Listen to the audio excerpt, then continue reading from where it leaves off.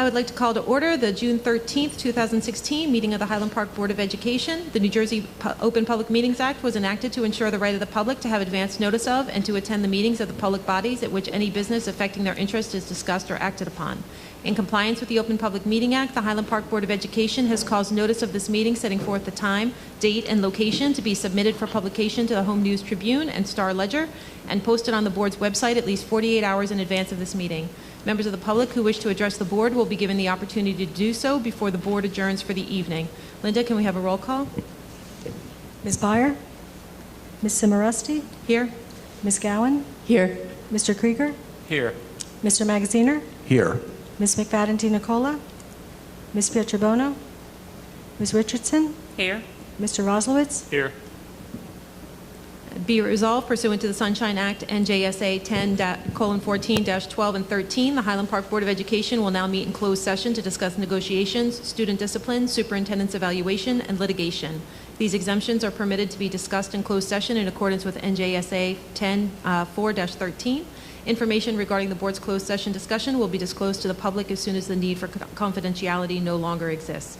Can I get a second? Or can I get a motion? Sorry. So moved. And a second? Second. Any objections? All in favor? Aye. Into public session? So moved. Is there a second? Second. Any objections? Okay.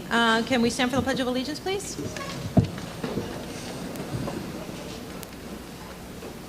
I pledge allegiance to the flag of the United States of America and to the republic for which it stands, one nation, under God, indivisible, with liberty and justice for all. Before we begin our meeting tonight, I would like to take a moment to address the events that unfolded late Saturday night at Pulse Nightclub in Orlando, Florida. There are many lessons here for us to reflect on. Pulse Nightclub was opened to promote awareness of the area's lesbian, gay, bisexual, and transgender community by a woman whose brother died of AIDS. In addition to the usual offerings of a nightclub, Pulse also has a monthly program of LGBT-related educational events. The owner said that she and her brother were raised in a strict Italian family and that being gay was frowned upon. However, she said that once her brother came out, the family dynamic transitioned from a culture of strict tradition to one of acceptance and love. This is the first meeting of this board since our transgender policy made state and national headlines. Highland Park is an inclusive, nurturing community, and we need to continue to lead the way on social justice issues. In Highland Park, we strive to create an inclusive environment for community members regardless of race, religion, socioeconomic status, ethnicity, sexual orientation, or gender identity. But we cannot stop at our own borders. We need to continue to speak up and speak out for the rights of all people to live their lives free of judgment and fear. In that spirit, I would like to invite everyone to a vigil for victims and survivors of the Pulse nightclub shooting here in Highland Park. The vigil is sponsored by the LGBTQ Social Justice Group at the Pride Center of New Jersey and will be held tomorrow night from 8 p.m. to 9:30 p.m. at 85 Raritan Avenue. And I understand there's also the vigil tonight at 9 p.m. in front of the Reformed Church on 2nd Avenue. 2nd Avenue, right? Yes, second. On South 2nd, thanks, just off of Raritan. And now I ask that we observe a moment of silence to remember the victims, survivors, and their friends and family.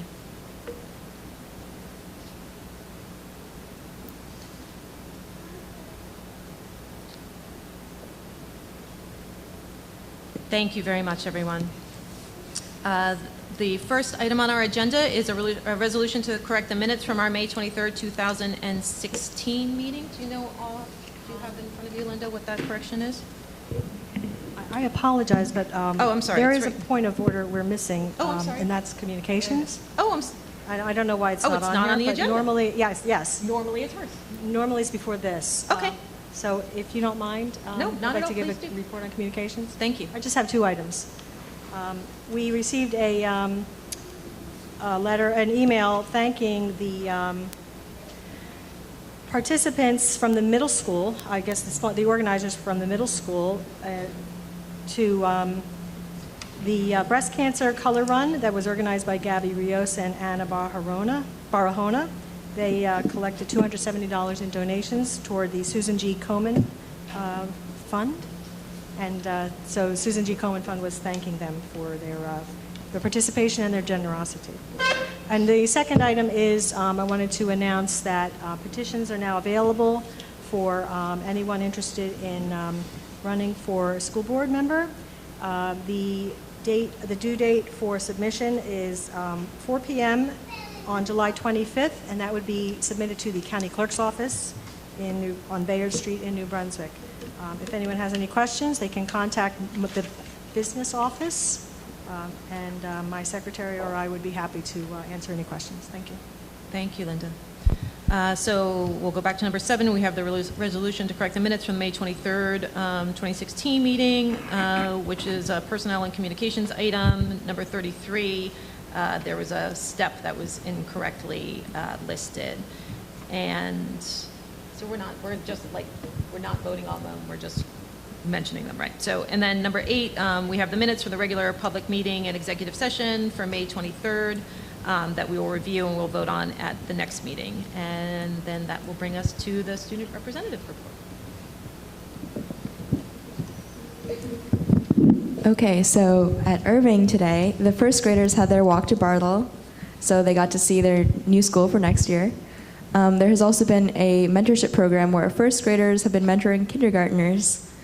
At Bartle, on June 16th, this Wednesday, there will be the Bartle Awards Assembly. At the middle school tomorrow will be the presentation of the Be the Change projects for this year. So social studies students get to pick a project that they think will make a positive change in their community and the world. Tomorrow at the middle school is also field day. And June 9th was 8th grade Model UN at the middle school. So high school Model UN Congress students helped run a Model UN conference for middle school students. There was also an 8th grade poetry coffee house recently at which 8th graders shared their poetry with each other, and a living museum of World War II, which Mr. Dykman hosted for the 7th graders. In the high school, the seniors had their prom about 2 weeks ago, and they also had their trip, their senior trip last Thursday and Friday, and both events were a great success. Several clubs, such as Model UN and DECA, are hosting their end-of-the-year events, and a lot of clubs are choosing their leaders for next year. We actually are currently going through interviews to select the new board members for next year. Students involved in the Global Citizenship Project hosted the first annual Global Citizenship Assembly last Tuesday in the high school, and it focused on showing and displaying the diversity of the Highland Park community, and it was a great success as well. A lot of students enjoyed that. Finals start tomorrow and go up until this Friday. Graduation will be on the 22nd, and today AP Physics and AP Bio students went to Bartle to host a science fair for them, and it was very intriguing. All the kids really liked it. And finally, last Tuesday we had senior awards with over 50 students being recognized for their works in the 4 years that they were in high school. Thanks. So we'll still have you guys here next week, right? Yes. You'll be at our meeting next week? Okay, good. I'm not quite ready to say goodbye. And not to be too silly, but I did get to go to the red carpet event before the prom, and you guys both looked fabulous. So we will move on to, if you guys don't have anything else, and does anybody have any questions for the students? No? My 4th grade daughters, by the way, were totally thrilled with the students coming to Bartle today. I heard lots about a sheep heart. I don't know who had the sheep heart, but there was a sheep heart, and this was very exciting. They were told they can order one online, and I'm afraid there's going to be orders being put in when I'm not looking. So, so we'll move on to Dr. Taylor's report. Welcome, guests, to, for many of you, it's probably the first Highland Park Board of Education meeting you've attended. We're honored to have you here. Before we get to the reason why many of you are here, I'd like to use this opportunity to make a couple of general announcements. First of all, a reminder to the community and members of the board that June 28th and 29th will be the 2 evenings during which we as a community come together to look at some of the goals that the Strategic Planning Steering Committee will identify based on survey results we received. We have close to 400 responses, the upper 300s. So we feel pretty confident that the survey data is going to represent a nice stakeholder group among the Highland Park community. Those 2 events happen from 6:30 to 8:30 in the high school cafeteria. During that time, the folks who have signed up to participate via the survey will help develop action plans that the leadership team and the faculty and I will be responsible for implementing over the next 3 years to support the goals that are identified. The second announcement is a matter of old business. As I mentioned about a month ago, we did assess the district for levels of lead in our drinking areas throughout the district, and we identified one fountain at Irving School in a specific classroom that was found to have high lead level. I'm pleased to report that the Middlesex County Board of Health has agreed to gratis, for free, provide a screen, the initial screening, not the full-blown drawing of blood from a vein, but rather a little prick of a finger screen for lead content in blood. And we're going to offer that to any of the students who were in the affected classroom for the last 5 years, including, of course, the students who are in the class this year. So a Honeywell message will be going out from Mrs. Freeborn, the Irving principal, likely tomorrow to provide details, but that will happen on Friday from 4 to 6 p.m. So with that, I'm going to take the podium and explain how we're going to proceed honoring some very special people who are here tonight.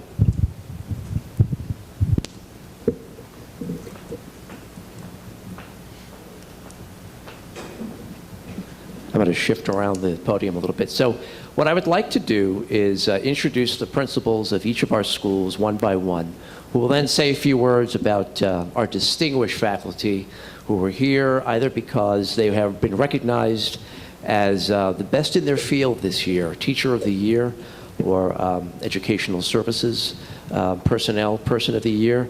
And then, of course, we have several veterans who will be leaving us due to retirement.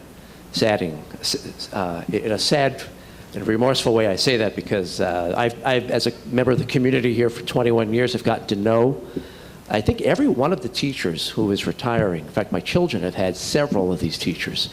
And we only had wonderful experiences with each of them. So for me, this is as a personal recognition as well as a professional recognition. So I'd like to start by introducing our Irving principal, Mrs. Kelly Freeborn.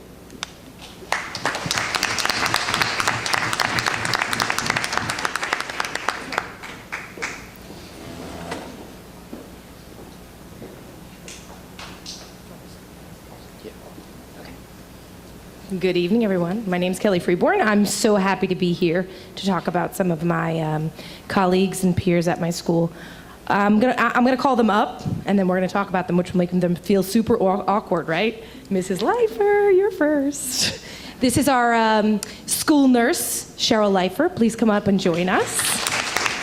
She's our Educational Services Professional of the Year. Don't be shy. Okay. Let's see. Scraped knees, bloody noses, hungry bellies, immunizations, fevers, and the list goes on. This is an hour, maybe a half hour, in the life of Mrs. Leifer. She's our talented, caring, and always prepared school nurse. Mrs. Leifer is a dedicated nurse. She's the first one at school. I want to say 7:15, but I think it's closer to 7. She shows up, first one in the parking lot. She goes there to make her phone calls, to do her paperwork. She texts parents if she needs to. She texts me if she needs to. She finds out if the bells aren't working. She gets random people at the door. She gets there so early that Mrs. Leifer is the one that's at the school, the very first person, and she is the one that the students look for often to make them feel calm and comforted, and a feeling of home. Mrs. Leifer she came up to me last year and she said, you know, I was in a classroom and I saw the teachers had pictures, and underneath the pictures it said what they were, you know, like, so there was an apple and underneath it was an apple. She goes, so you know what I think I'm gonna do? I'm gonna print out some pictures of things you find in the nurse's office, and I'm gonna put what they are underneath it, and I'm gonna put it right in front of the cots where the kids lay, so when they're here and here, they're not missing anything. So she put up, it's true, she printed out pictures of stethoscopes and Band-Aids and water bottles and crutches, cotton balls, and she put the words under it, so when the kids lay, they look and they watch all of the words in front of them. Speaking of that, when the cots aren't just your average cots, she makes them super cozy with toasty blankets and baskets of fun books for the students. She even has, Mrs. Leifer, you may have to talk to people about this, a magic potty. I don't know. I'm not sure what happens there, but all the kids know if they don't feel well, come to Mrs. Leifer's magic potty. You can ask her about it later. She works hard each and every day to keep our students healthy and safe. She never leaves the building without saying, if you need me, I have my cell, which often we have to call her out. She just goes and takes a quick walk around the building, but we have to call her back in because somebody has a bloody nose or a scraped knee or something. Mrs. Leifer goes above and beyond what's required of her each day. It's a pleasure to congratulate Mrs. Leifer on this special occasion. It's well deserved, and I don't know what we would do without her. Please give her a round of applause.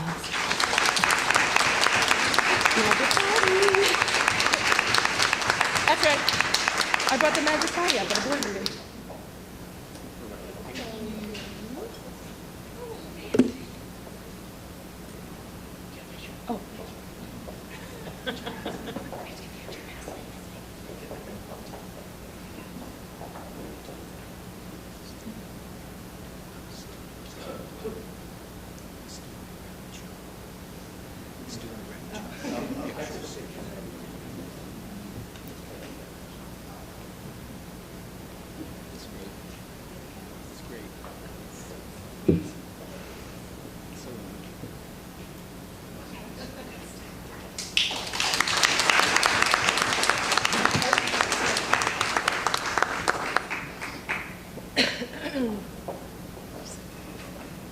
Thank you, Mrs. Leifer.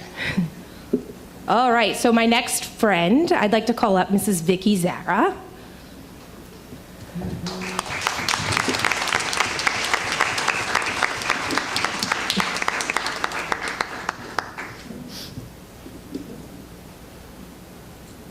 Mrs. Zara is a pre-K teacher at Irving. She helps all our 4-year-olds. I'm going to talk a little bit about you. Tell me and I'll forget. Teach me and I'll remember. Involve me and I'll learn. If you walk in Mrs. Zara's class, this is what you will see. You'll see students playing in soil and digging and potting fake flowers. You'll see them collecting garbage for the compost and even cooking rice and beans. We get all the snacks from Mrs. Zara's room. Even though they're 4-year-olds, Mrs. Zara gives them opportunities to explore and experiment. Beyond all the wonderful things that Mrs. Zara does for her students, she's also committed to our school and the Highland Park community. She maintains and organizes our gardens. If you haven't stopped by Irving, we have 2 gardens. We have a vegetable garden out on the playground. And we have a little courtyard that has some wonderful things in it that if you haven't had the chance to stop by, please come and stop by. It even has an art installation. Mrs. Zara tends to it. She organizes the volunteers. She gets grants for our different projects. Most recently, she's been working with the sustainability team to gather all sorts of things that we need in order to be a sustainability building. And I can tell you that this goes above and beyond. She's always working, Mrs. Zara. If it's not on the weekend, if it's during the week, if it's after hours, Mrs. Zara will be there helping and trying to figure out what needs to be done.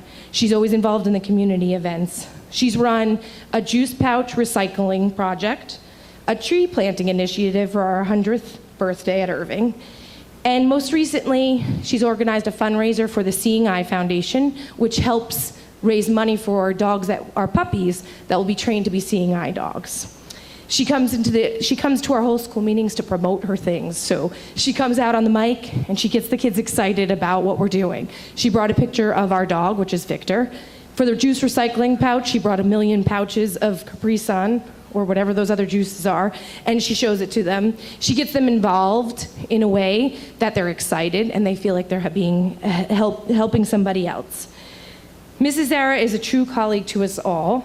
Not only does she do all of these wonderful things, projects and programs, if you ask her, she's gonna come and help you. Doesn't matter if it's early in the morning, it doesn't matter if it's getting 6 chick incubators and baby chicks rounded up and get in your husband's car so that you can take them back to the farm for us. She's always there and she's always available. It is with great pleasure that I congratulate Mrs. Zara on being our Teacher of the Year.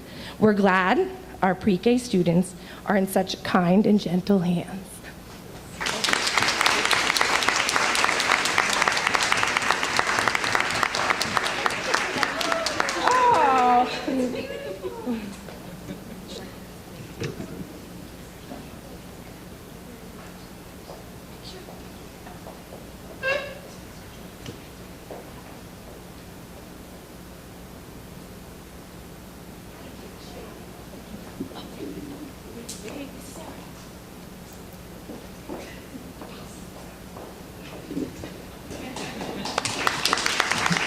Thank you, Mrs. Freeborn.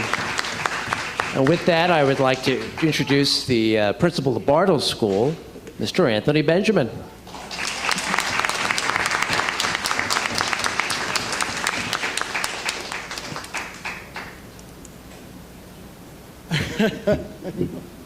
I'm going to try and contain myself because, typically when I get in front of a mic, it's usually for the kids during awards assembly, and I'm first going to start saying, give me a B, give me an A, give me an R, and I know Dr. Taylor can hear that every minute that we do it. So right now I'm going to bring to this stage an individual that has been unbelievably instrumental in turning around Bartle and making Bartle this awesome, awesome, awesome place that everyone wants to be there. The students, the staff, parents, everyone.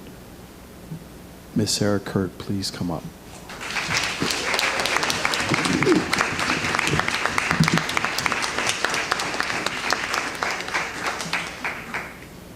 Hey, so Miss Kirk is our guidance counselor, and I don't think I could do you any justice tonight.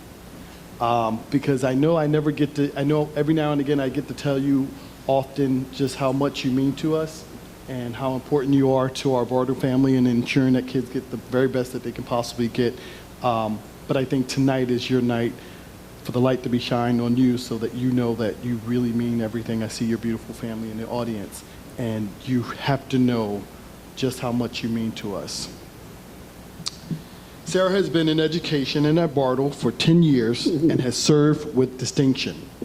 Bartle is a great learning institution because of her analysis and balance. Sarah, with an H, because please know, she's laughing now.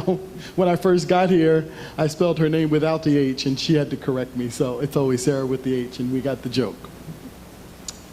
Is a perfectionist. Colleagues will know, but the students will never know or fully be able to comprehend how Sarah Kirk will evaluate all perspectives to ensure whatever it is done well. Sarah's analysis is also so amazing.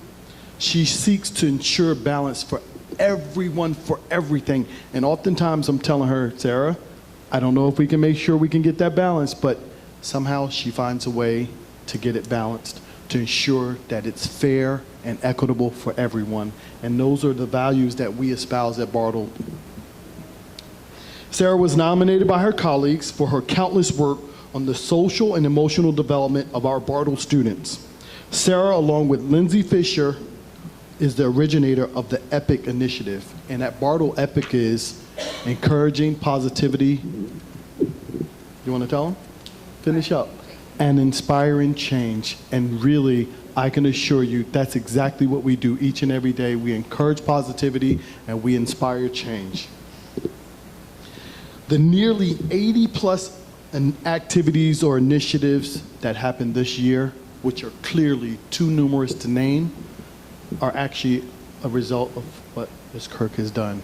And we send out a monthly newsletter to parents, and we tried to list it, and we still couldn't list it without going into a third page of all the accomplishments. She is truly amazing. I've had an opportunity and a pleasure to serve with many, many, many guidance counselors, and I can say by far, she is by far the absolute best. So please join us in welcoming Sarah Kirk as the Educational Services Professional of the Year.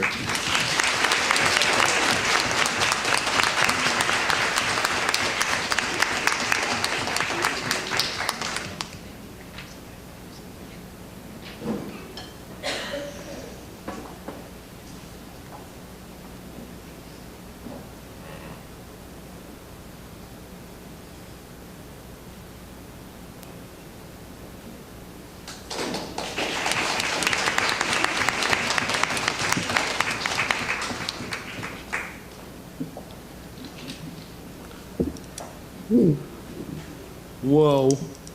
So the next person that I'm going to ask to come up is someone that I originally was intimidated by when I got to Bartle, and the person approached me, and, you know, she was going to ensure that there was going to be fairness and equity across the board. And if you can understand that there is a true theme, not only tonight, but what we have at Bartle, and it's fairness and equity. So Debbie Pokora, please come up.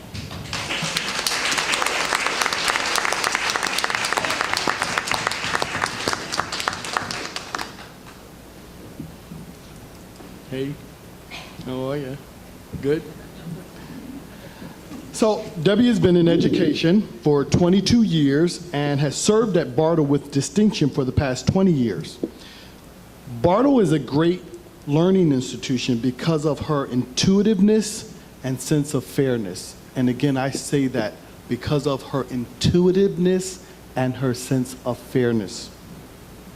Debbie has that sixth sense with students that inspires the students to go that extra mile because they feel that she understands them and both wants and expects them to reach their potential. That is truly each and every day what Debbie espouses.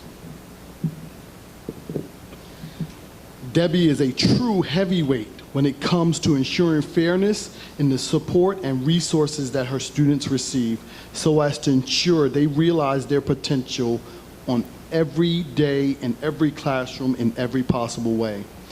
Debbie was nominated by her colleagues for her countless work with the curriculum, special education initiatives, volunteer efforts, and so many more, too many to name right here. Debbie is our go-to person for curriculum, so I rely heavily on her in the summers. She goes out of her way. She works during the summer program, and once she leaves the middle school, she travels over to Bartle, and she says, what's going on, where are we at, what do we need, and so forth. I couldn't have done it without you. She was one of the most instrumental persons when I got here. She was standing right there, right beside me, and said, we'll get it done, we'll make it work.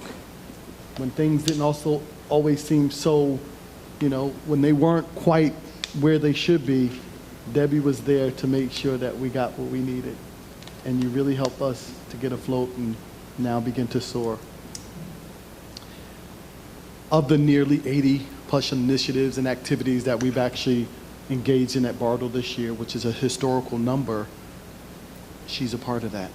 And so because of that, we want to dedicate you and honor you tonight for being Bartle's Teacher of the Year. Thank you so much, Debbie.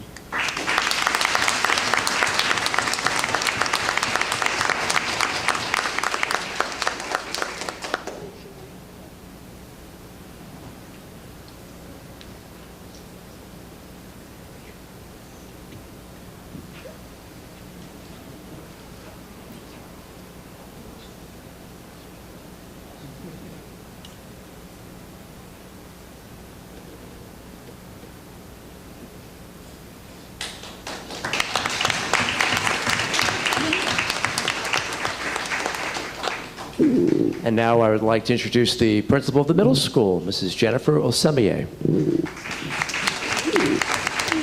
Mr. Benjamin's Hall.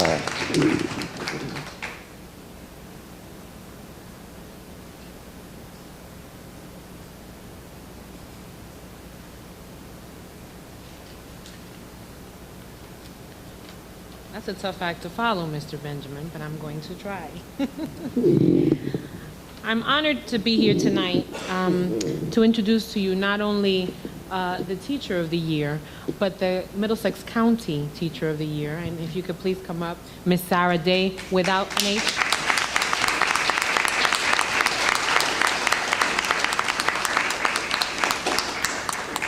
So to tell you a bit about Sarah, teaching is not just Miss Day's profession, it is her calling. Miss Day inspires students and colleagues to be better people and students. Similar to something that was said before, if you are ever looking for Miss Day, you can find her and her vehicle parked in the wee hours of the morning in our parking lot. And she's probably in her classroom scouring through writing assignments after writing assignments after writing assignments. She is a meticulous grader. This allows her to identify the needs of her students and to determine their strengths and areas of growth. Have you ever seen the quality of the work that her students produce? Well, I have. You need to check out a poetry anthology sometime because they are stellar. Miss Day is also a visionary. She developed the mentorship between the 8th grade students and the 1st grade reading buddies. The 8th graders wrote and illustrated stories that they read to their buddies. Now, Ms. Day worked diligently with each one of her mentors, preparing them for their roles. The work that she put in was evident in the relationships that flourished and the interactions that were observed. And you can attest to that. It was beautiful.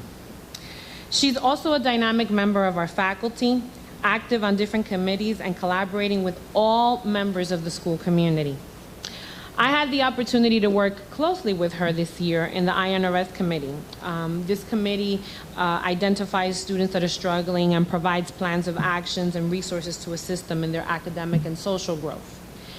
Ms. Day is able to speak to every aspect of the students that she serves. She knows them inside and out. Her approach to their plan is action-oriented, and she's always looking for the growth in their development. So in education, we're all in it for the success of the students. And sometimes we even have to challenge the way that our own way of thinking in order to adapt to the needs of our students. I have seen this in Miss Day, and I've seen her go through this battle internally. She is open to feedback and reflective in her practices. I was at a meeting where I witnessed where she was open to suggestions that were not on her original plan, and she contemplated these other points of views and turned around and was able to successfully incorporate them into her instructional practices. It's for this reason and many other reasons that we're here tonight to honor her and recognize the outstanding and dedicated professional that she is. Let's give her a round of applause.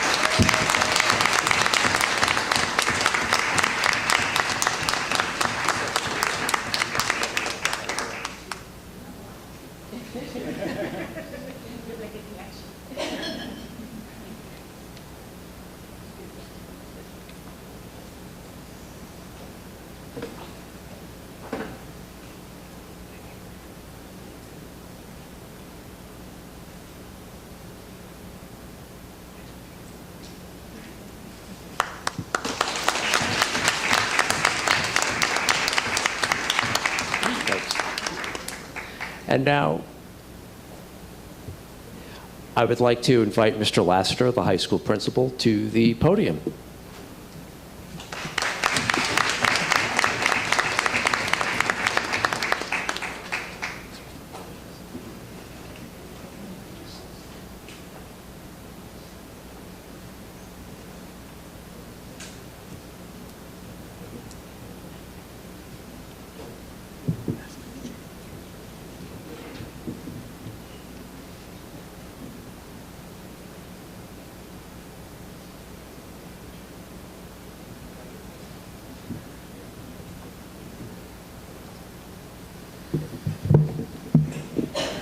Good evening. Good evening. Sorry about that. I have the pleasure tonight to speak about two individuals. The first I will speak about is Mrs. Joyce Puccio, our Educational Services Professional for the high school. Please give her a round of applause.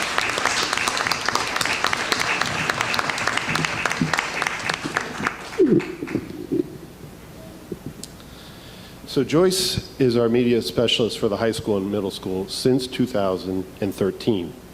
And she'll be tenured next year, which I look forward to.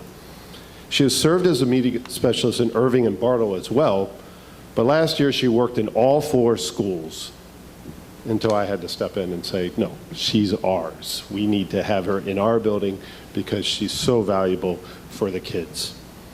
She started a variety of initiatives in this school.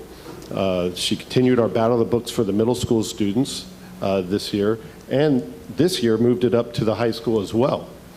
We're the first Battle of the Books high school competition in the entire county, and next year we have even more schools coming to our school to participate in this. And the reason is because Joyce instills a love of reading in our students. They love the books. Teachers actually donate books to our library to set up special sections, one of my favorites being the Star Wars novel section. She's also hosts scholastic book fairs 1 to 2 times a year that generate thousands of dollars, free resources for our teachers in the middle school and high school. She is excellent in finding the best value for our school funds. She updates databases and ensures that what we have is usable for the classroom and supports research goals for our students. We just had a discussion the other day. Well, they're not using this so much. This is better, and I think that they'll use it much more. And she takes all that feedback from the teachers to make sure that they have the best tools in their hands. She also tends to our students during high school and middle school lunch, a time of day when they may not be particularly easy to deal with. But Joyce has the patience, the energy, and the fortitude to deal with those middle schoolers and high schoolers during their lunchtime, making sure that they're using that time productively. As the teacher who nominates her stated, she is extremely helpful to teachers and provides structure and direction to our students. What more could we ask of the Educational Service Professional of the Year? Thank you.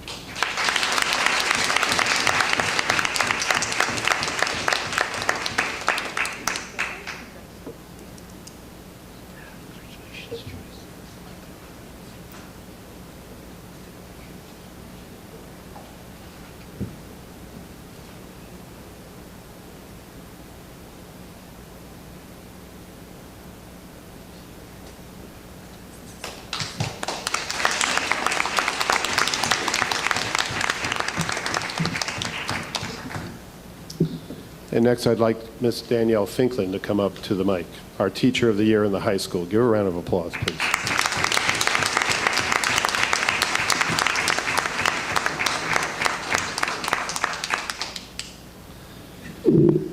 I've known Danielle a long time, since 2003. She's been teaching Algebra 1, Algebra 2 honors to our students, some of the toughest courses that students take in school, particularly those that may not like math. But routinely, they walk out of this woman's class loving math. And maybe not loving the subject matter, but loving what they do with Miss Finklin. The laughter can echo down the hallways many days from what's going on in a math class. And as a social studies educator, that was always rare in my experience. Already knew her a bit because I ran student congress and Model UN in the high school. And when I became assistant principal at high school in 2006, she was newly tenured. She struck me as hardworking, fun-loving, the dedicated teacher who also even coached our middle school girls basketball team. And so I've worked with her over the years as an administrator. And she takes on every challenge that she can to meet our students' needs. This year, she had quite a challenge. She routinely takes on a 6th section. Most teachers only teach 5. Oftentimes, though, when you have a talented teacher and a lot of needs, you have to give them a 6th section. So I did so because it was her practice. But unfortunately, a 6th section for her meant 164 students this year. An astronomical number for any teacher to try to meet the needs. But this is what Miss Finklin did. She's a little nervous at first, but she said, you know what? I see what's got to be done, and she made it happen. She worked tirelessly to meet the needs of every one of those students, and anytime I could, I tried to provide the extra support that I could to get her through what she did this year. But still, the laughter reigned in the hallways, and the excitement came from her room. She wouldn't even stop teaching when we came in to actually give her the award for Teacher of the Year. She turned her back, kept writing on the board. As the students, we asked them to give her a round of applause. That's the humble person she is with her talents. What really attests to her skills the most is the fact that I had so many nominations given to her by the students. And I've looked at these things many times over the years. but I never got anything like this from a student about a teacher that typed up, whole page, championing Miss Finklin. And I could read all of these, but I'm just going to summarize some of them real quickly. Ms. Finklin thoroughly explains any problems that we do not understand. She teaches the new lessons in a way that helps us not to be confused when we do it for ourselves. Ms. Finklin is a very good teacher and person to talk to. She also makes algebra fun, even on Monday mornings. I believe Mrs. Finklin is dedicated and an aspiring person that cares for us in our education. Ms. Finklin is the type of teacher that always tries to help any of her students. She's the type of person to want better for her students. She doesn't just teach to teach. She does it to make students learn and achieve more. She has a connection with the students many teachers don't have. Her personality is something people like. I've never been very good at math, and it has never been my favorite subject. However, this year, math class is my favorite class, and I look forward to it every day. Ms. Finklin's energetic, understanding personality, and she can see the love and passion she has for the subject. She draws me into the information in a way that helps me understand and want to learn. For the first time, I find myself saying, I understand that I can do this. That's Ms. Finklin. She helps students understand. Thank you, Joyce.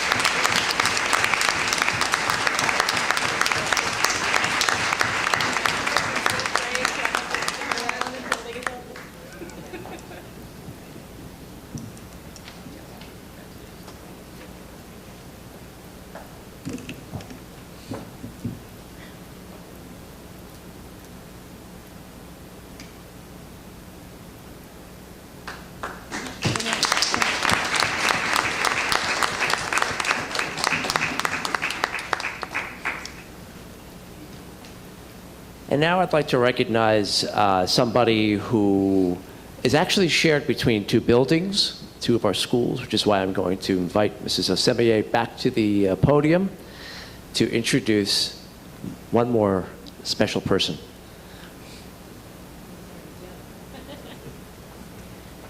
So I'd like to introduce you to Miss Ashley Althouse, our school psychologist.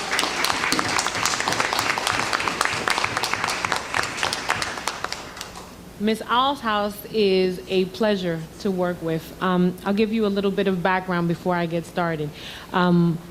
Before I came here, I was at an out-of-district placement school with children with severe emotional needs. And when I arrived at this school, I found a kindred spirit in Ms. Althouse because we both see things from the same perspective. I am so happy to be able to work with her actually on a daily basis. If you've ever had a child that's in need or a child that's in crisis, you can identify with needing someone there with them that not only understands them, but can empathize with the situations that they're going through. So beyond the clinical aspect and just all the knowledge that she has clinically, she has a heart and a spirit that reaches some of the children that are neediest of children. You can see Miss Althouse talk anyone off of a ledge. And I know that sounds a little crazy, but I've seen it. I've seen children spike and be in severe crisis. And I've seen Miss Althouse be able to come in and just calm and process and talk to students and bring them to a level when they're able to articulate their feelings and express their emotions, from being in a heightened state to being in a state where they can now participate and go back either into the classroom or into any activity that they were in before. It's difficult to work between two schools, and I'm always calling her, Miss Althouse, every 5 seconds, and I'm certain that you're pulling her in another direction. So that's another challenge that she faces, but she does it with finesse because she's in between both these buildings, and you wouldn't be able to tell that she is in between two buildings. She's always available when you pick up that phone to call her, or now we use our walkies, and she's there immediately to take care of any situation that we call her to. I have had the opportunity not only to work with her with children in crisis, but also through the INRS team. And I know that I explained before that the INRS team looks at children that are struggling and prepares action plans. And I've seen her collaborate with teachers and other members of the faculty to be able to look at that emotional and social aspect. Because sometimes we're looking at an academic piece and she'll take us back and say, we have to look at this aspect. And it's very important to have that because you balance us and you make us come to that other side. She has unique attention to detail, and I think that she needs to in order to be functioning the way that she functions, and she's amazing at what she does. She makes plans for her students, she reviews their IEPs, she makes certain that her students are serviced, every single one of her students. So one more thing I want to say, and you might laugh at this. You are so open to feedback. And sometimes I come down hard and I don't think about what I'm doing and I know I'm trying to get something done. And she takes in whatever we say, and we are in crisis sometimes, and she helps us to process what's going on and to be able to communicate. She's an amazing communicator with parents, with teachers, with faculty, and again, just with our students in general. So I wanted to let you know that when I first got here too, this is my first year here, I looked and said, my goodness, these kids keep getting younger and younger. Is she gonna be able to do this job? And she is more of a veteran than I am. She runs circles around me. So I have to tell you, it is an honor to work with you every day. And thank you for being here for the students that need you the most.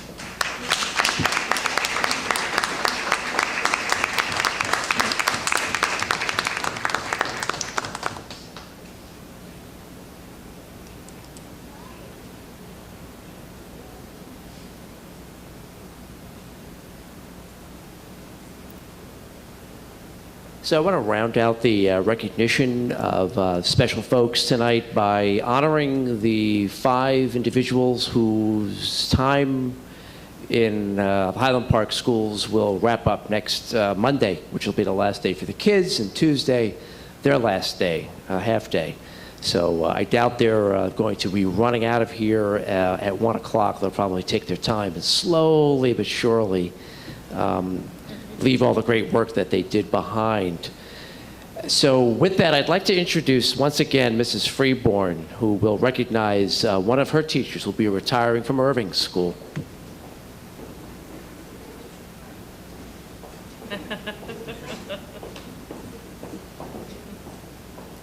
Hi there. I'd like to call up Miss Brunetta Allen.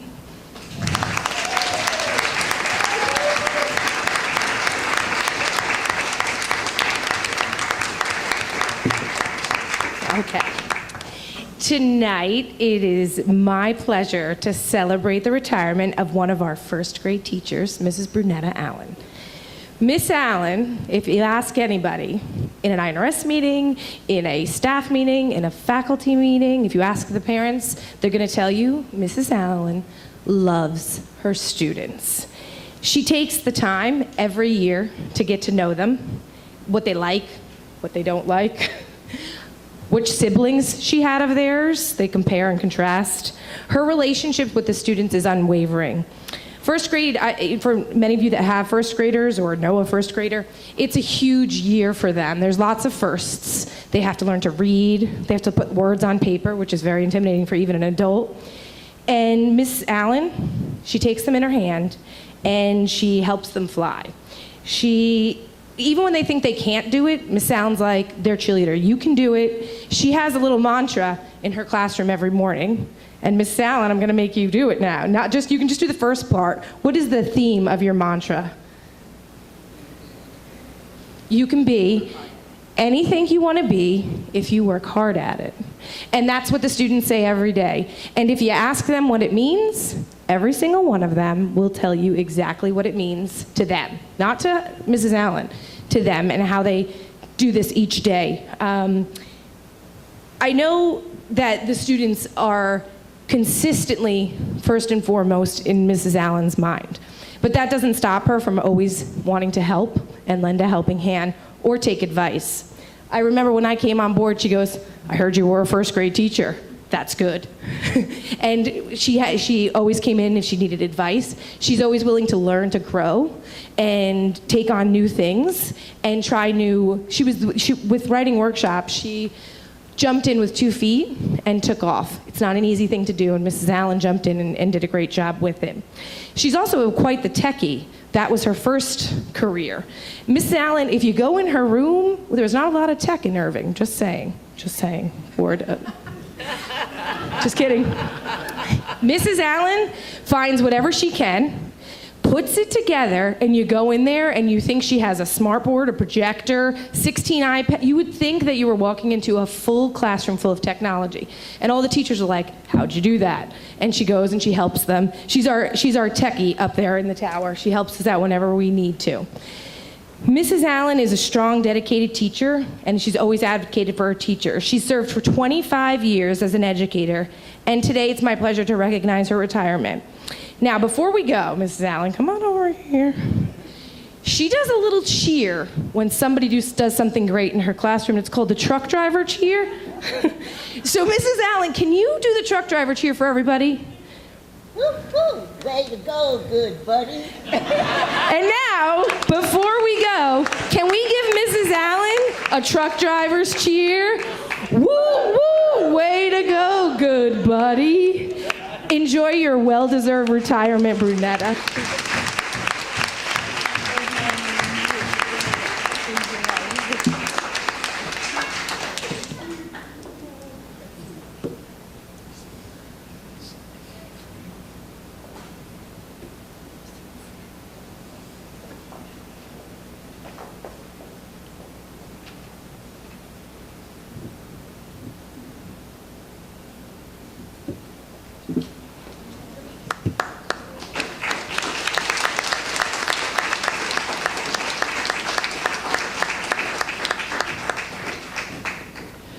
So at this time, we have a few people to recognize at Bartle School. So Mr. Benjamin, why don't you come on up and say a few words about these special folks.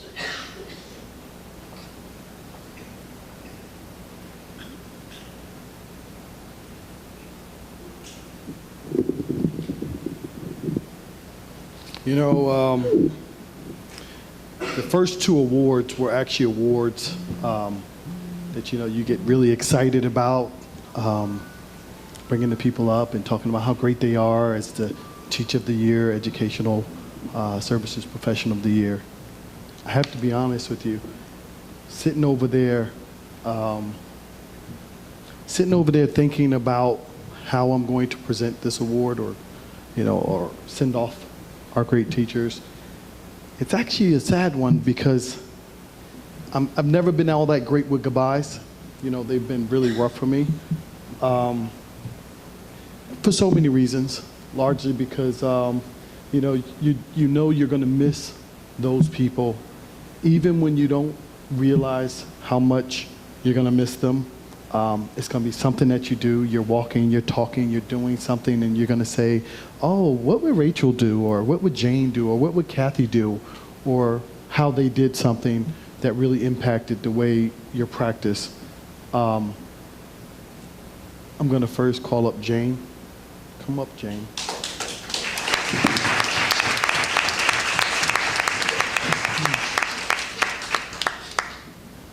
See that smile? We were greeted with that every single day. Everyone who works at Bartles knows that that's the smile you get each and every day. We're going to miss that. We're going to genuinely miss that. Wow. You know, this is my second year here, and, you know, I'm sending off, 5 people now? We had 2 last year, and then now we have 3 this year. So it's a really, really, you know, sort of kind of a bittersweet thing. I'm really happy for you, but I'm also sad that we're not going to have you here to be one of our veterans, to help lead us and usher us into this new age. Jane has been in education at Bartle for 25 years, having served with our students with distinction. Again, Jane has been at Bartle for 25 years. She deserves a little round of applause for that.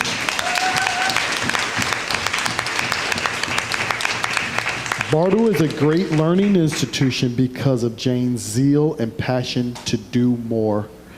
Jane's zeal for student achievement is contagious and inspiring.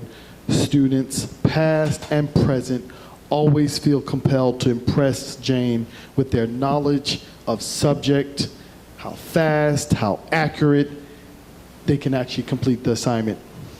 Jane is exceptionally passionate about getting it right. In fact, the other day, when I was away, Jane emailed me and said, "Hey, Mr. Benjamin, are we going to be doing this? Do you have that?" And she keeps me forever on my toes, and I'm so thankful for that. But more than that, I'm just thankful for her allowing us to be the family that we are. Last year, she sent off her colleague, who was, a great friend of hers, and that was a sad occasion. But it was one that we were really happy we got to see her again at the dinner, and then at another function. But we were really, really happy to send off our great Karen, and now we're going to be sending off Jane. And I can't tell you how much you mean to Bartle and to everyone else and to me personally. So thank you so much, Jane, for all that you've done in your service to Bartle and the Highland Park Public Schools.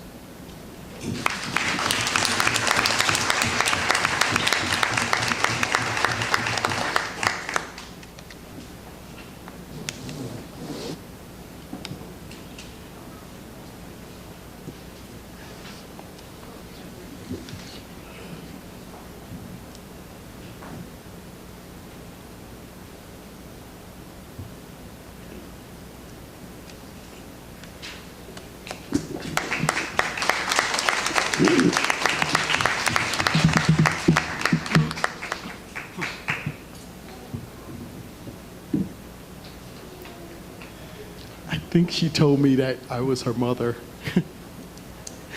So the next person, when she, just get up here so I can give you a hug. Kathy, get on up here.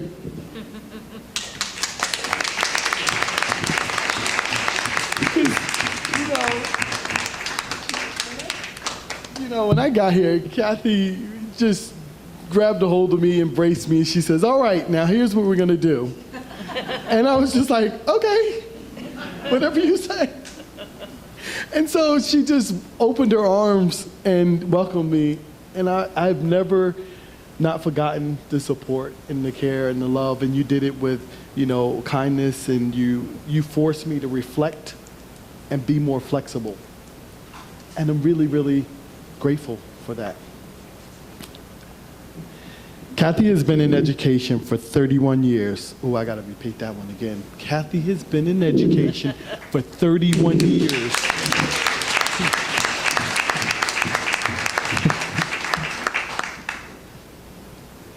She has served with distinction at Bartle for the past 26 years. Bartle is a great learning institution because of her reflection and her flexibility.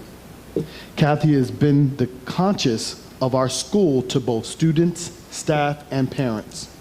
Kathy will not hesitate to provide an alternative perspective to a situation to ensure the best outcome. You can guarantee she's going to look at it both ways. And this is what you want. And that's how you go from becoming good to great. And that's why Bartle is great, because of your ability to reflect and be flexible and hold us accountable as our conscience. Kathy's flexibility with her students inspires her colleagues, but mostly it motivates her students to use and see diverse perspectives and respond accordingly. Students who work with Kathy have an intellectual courage that is to be revered. And I have to say, it is that last word, that courage piece, is that it's the one thing that we all look forward to getting You know, when we get to that place in our lives where we're comfortable with who we are and we're able to respectfully express our opinions, our thoughts, and what we believe or how the world should be. So because of all of that and so much more, I thank you, and I really appreciate everything that you've done for us. Thank you, Kathy.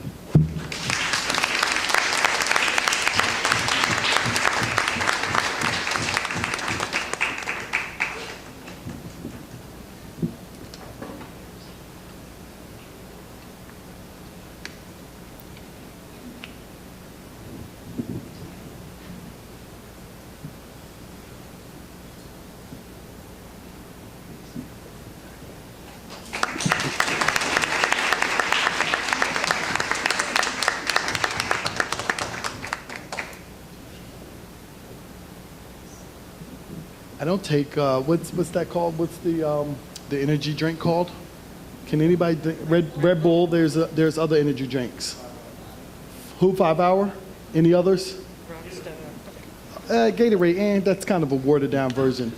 Okay, Mountain Dew, okay, that's one. So we got Red Bull, 5 Hour, we need another one. Oh, I do have another one. Rachel Passachow. Come on up, Rachel.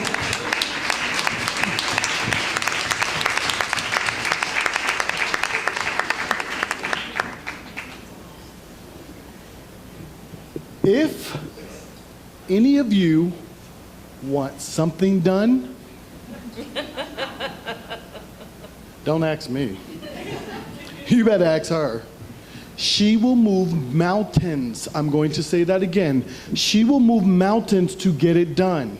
Most recently, we had an event, we had a ceremony, our Bartle Learnscape, we did a little opening ceremony, and you can't imagine, it went from this desolate, dilapidated piece of land to this flourishing environment that not only the students can use for educational experiences and initiatives, but also staff and faculty. The mayor said she was going to bring her staff over to do some professional development and reflection.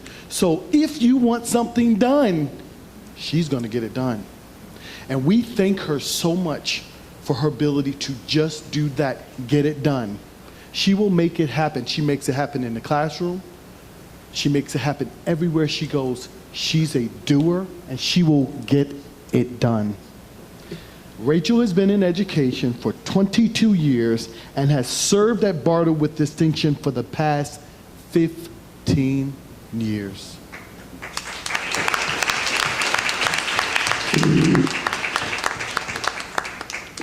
Bartle is a great learning institution because of her energy and purposefulness. If anyone thinks that they have the energy to keep up with Rachel, then they need to think again. If there is anyone that could easily outwork you, then Rachel is that person. Rachel inspires her students to not just settle with ordinary effort, but to layer their efforts and add a pinch of purpose. Rachel has been the engine behind many of the great initiatives at Bartle. Where would we be without Rachel? And that's why these experiences are somewhat sad, because none of us knows what tomorrow promises us. And we have to really thank our lucky stars that we have Rachel, we have Jane, we have Kathy, we have Sarah, we have Debbie, and all the other teachers who really make it work. They are in the trenches each and every day, making our students get the best possible education, allowing parents to have their dreams for their kids come to fruition. It's all because of you and individuals like you, and we thank you so much, and you have to keep continuing to give no matter what. I thank you, I appreciate you, and I value so much. Thank you, Rachel.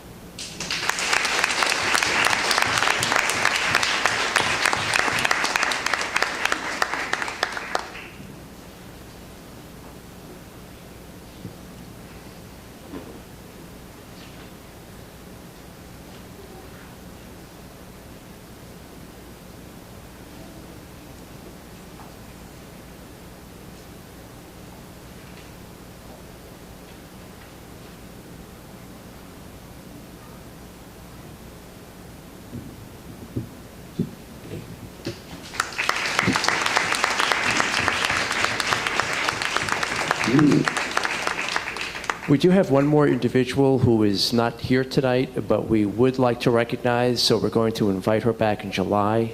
And that is Ms. Rebecca Sanders, who's a high school science teacher. So in July, those of you who would like to come back out to recognize our retirees, well, we've got two more actually, and she's one of those two. So I want to take this time now to obviously thank everybody for being here and invite you to have a few refreshments. We've got some cookies, water. Let's take 5 minutes to say goodbye and have some refreshments, and then we'll reconvene my presentation. Thank you.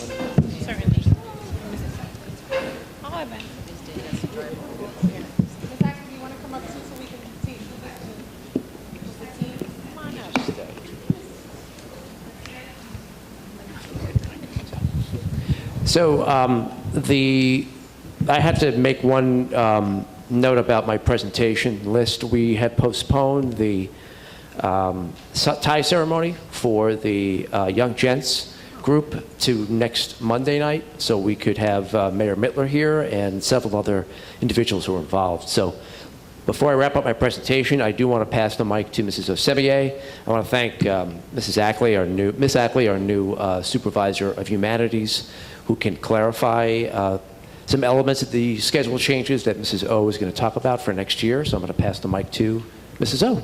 Thank you. So I'm going to click with my finger, so I'll just stand here. This year, we had a committee that came together. I had some teachers that came to me and said, you know, we've been working on a schedule, and we worked on a schedule last year, and we looked at schedules the year before, and we've been kind of looking at schedules for a while, and it hasn't gone anywhere. So we decided to take a serious look at the schedule and see if we wanted to keep the one that we presently had, or if we were going to move forward with a change.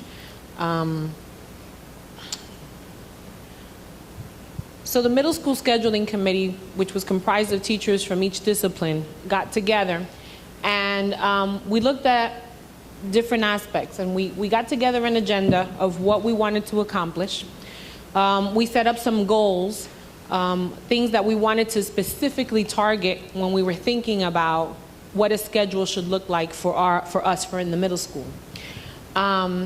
We then looked at other districts and surrounding districts and some of the options that were available there.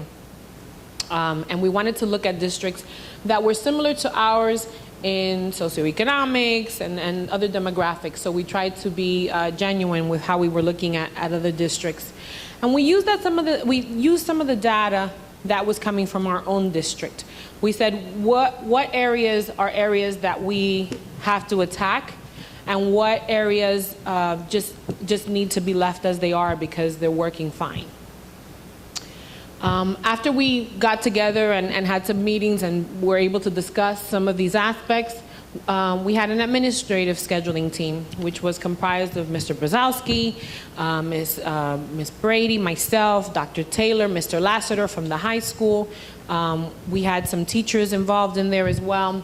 And we talked about the findings of the first committee, and we talked about areas of high need in our middle school. And as you all know, we are a focus school for the state. So we are under the watch of the state through the RAC committee. So we looked at some of the data and some of the information that the RAC had given suggestions for throughout the years, and specifically this year. And we also looked at our assessments, including some of our PARCC scores. We looked at the discrepancies that there were with the present schedule and decided, after looking at it and looking at all of the components, that we were going to move forward with looking at something different. So the goals for the committees, for both committees, were a couple of things, and I'll give you a little background information on each. Number one, it's breaking up negative groupings. And when I say negative groupings, you have certain children that, because they're placed into specific classes due to Lexile levels or math levels, end up having behavioral issues that tend to follow them from class to class to class because they're always together. We wanted to look at diversifying classes. Again, because of the way that some of our classes are tracked, we found that when you looked, and I have to be quite frank, when you looked at some classes, the ethnic diversity wasn't there. There was a great disparity in how our classes looked. And so when you walked into classes, they were very homogeneously, ethnically, in the way that they looked. And especially when you looked at some of the classes that were tracked. The teachers wanted to be able to have smaller classes so that they could give more individualized attention to their students. We wanted independence from the high school. And the reason that we want independence from the high school is because we have teachers that are crossover teachers that we're sharing. And these teachers, although they're essential to our programs, we wanted to work and see how we could maybe utilize teachers that are just here so that we could be more flexible with how we could schedule. We had 6 class, well, skipped one. We wanted to look at special education needs. This year we have a director of special services. Did I say that right? I always get the title incorrect. But it's wonderful to be able to have that dialogue and talk about the needs specific to our special education subpopulation. And we are a RAC school. We are a state-focused school because of the discrepancy in our African American, which they specify as Black, and our special education. So we want to focus on areas that we know that we need remediation so that we can be able to address some of the needs of the children that right now are kind of maybe slipping through a crack. And so teachers also wanted only 5 classes and to be able to eliminate the 6 classes. And looking at all of those criteria, we came up with a schedule that is an A and B schedule where every class meets every day. So right now, you meet on a 4-day, 3-day, 2-day, 1-day, but there are 2 classes that are dropped every week. So for example, if I had math, if I had math today, I may not have math again for another 2 days. So we wanted to make certain that every class met every day. And so if you look at it, the periods are also rotating, so that not every child is in every class in the same exact period. One of the things that is unique about our schedule is, number 1, you have music in the day. And I just want to talk to that a little bit. I know that in talking to the music department, we were looking at just some trends that are happening in some certain groups that weren't able to always participate within the music program due to transportation issues or what have you. So now we've given you the opportunity to be able to have that music, that outlet during the day. But more importantly than that, during this particular period that's right here, and it's not necessarily at this period, this is just a sample schedule, we have an intervention period. And we have that intervention period both days. So if you're a student that's taking English, math, social studies, science, PE, and your cycle, but you need an additional class because you're struggling with math, because you have some standards in math that you're not achieving, you have the opportunity then to have that intervention. And that is a separate class that focuses specifically on the needs that you have in regards to a standard that you're not meeting or a skill gap that you might have in mathematics. Or you are in intervention for language arts or reading. And that would happen through the Read 180 program, which again targets skill gaps in reading, in fluency, in literacy. We have our world languages every day, and you have your PE. But you also have an opportunity for study hall. So let's say that I need an intervention in math, but I'm fine in language arts. I'm doing really well. I just need the additional push in math. So I can do my math, I can do my math intervention. Is that what I said I needed help in? I'm fine in math intervention. And then on the next day, I can elect to have either music or a study hall period where I can then work on the projects I need to work on. I can have assistance from teachers. If I'm having a problem, maybe in a class that's not ELA or math, and I wanted to talk to my world language teacher, I have the opportunity to have that during my study hall. Let me move forward. So, some of the results. All the periods are 43 minutes, but all the periods meet every day. So we don't drop any more periods. We meet every single day with every single teacher. Like I said before, students are taking music during the day. Any student that needs remediation in ELA, which is language arts or math, has the additional period to focus specifically on their needs. One more thing I wanted to add. If I'm a student that needs an intervention in math, and I need an intervention in language arts, but I still want to do music, that option is still available. And that option is available because of the built-in study hall period. So at one point, we can collaborate with the music teacher to be able to have me do my music during that time. So even though I still need the intervention and I'm still needing that additional period, I still have the opportunity to do that art. There's an interventionist that we have, Mrs. Chu, in the district, well, in my middle school, not in the district. And she has the opportunity also to pull students from study hall. So let's say that I was in the Read 180 program, but now I don't need the Read 180 program. I'm on level. But Mrs. Chu knows that she needs to come in because I'm still having difficulty in science with those complex texts, or I'm having difficulty organizing myself. So that the INRS team has identified me because I just don't organize myself. I'm not doing my homework. Then the interventionist can push in during my study hall period and be able to assist me with the skills that I need. Even if I don't need an intervention class, I have an interventionist that can push into my class or pull me out and say, these are some of the things that we need to focus on. The special education students have their own study skills program that is being designed by the special education department. One of the great things that I really, really love about this schedule is the 6th grade academy. And so we find that in the transition from 6th grade, we have a lot of kids that are like, I don't know what to do. I don't know how to plan. I don't know how to study. So we wanted to build in what we call a 6th grade academy, which is an orientation that talks to them about study skills and talks about character education, but also helps them to organize themselves. We found, especially Mrs. Chu found this year as an interventionist, that just by helping certain students organize themselves and be able to prioritize, these are things that I need to focus on, these are things that I want to move forward with, that they were able to be successful. And we saw jumps from like D's in science to B's, only within one marking period, and simply because the interventionist was able to work with the student. Right now, the interventionist pulls them out of a class, so they have to get pulled out of physical education or world language or maybe even math, depending on the interventionist schedule. Next year, the child doesn't have to be pulled out of a core subject. They have the time to work with the interventionist without missing homework from one class or being taken out of a project. Maybe they're working on group work, so this gives them the opportunity. This is also an opportunity where groups that are working in group work can have also the time to be able to work together. So as I said before, students that are in remediation may still take music during that period. And that concludes the schedule, but Ms. Ackley has some thoughts.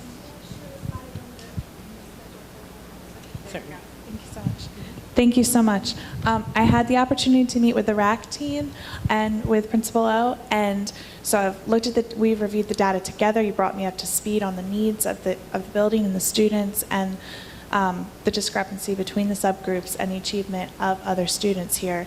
And something I want to explain, I'm not a neurologist, but the great thing about having music and intervention separate from the core period is that we know if I'm struggling with literacy, unfortunately, too many times the schedule has been, oh, pull that kid from guess what? Reading class.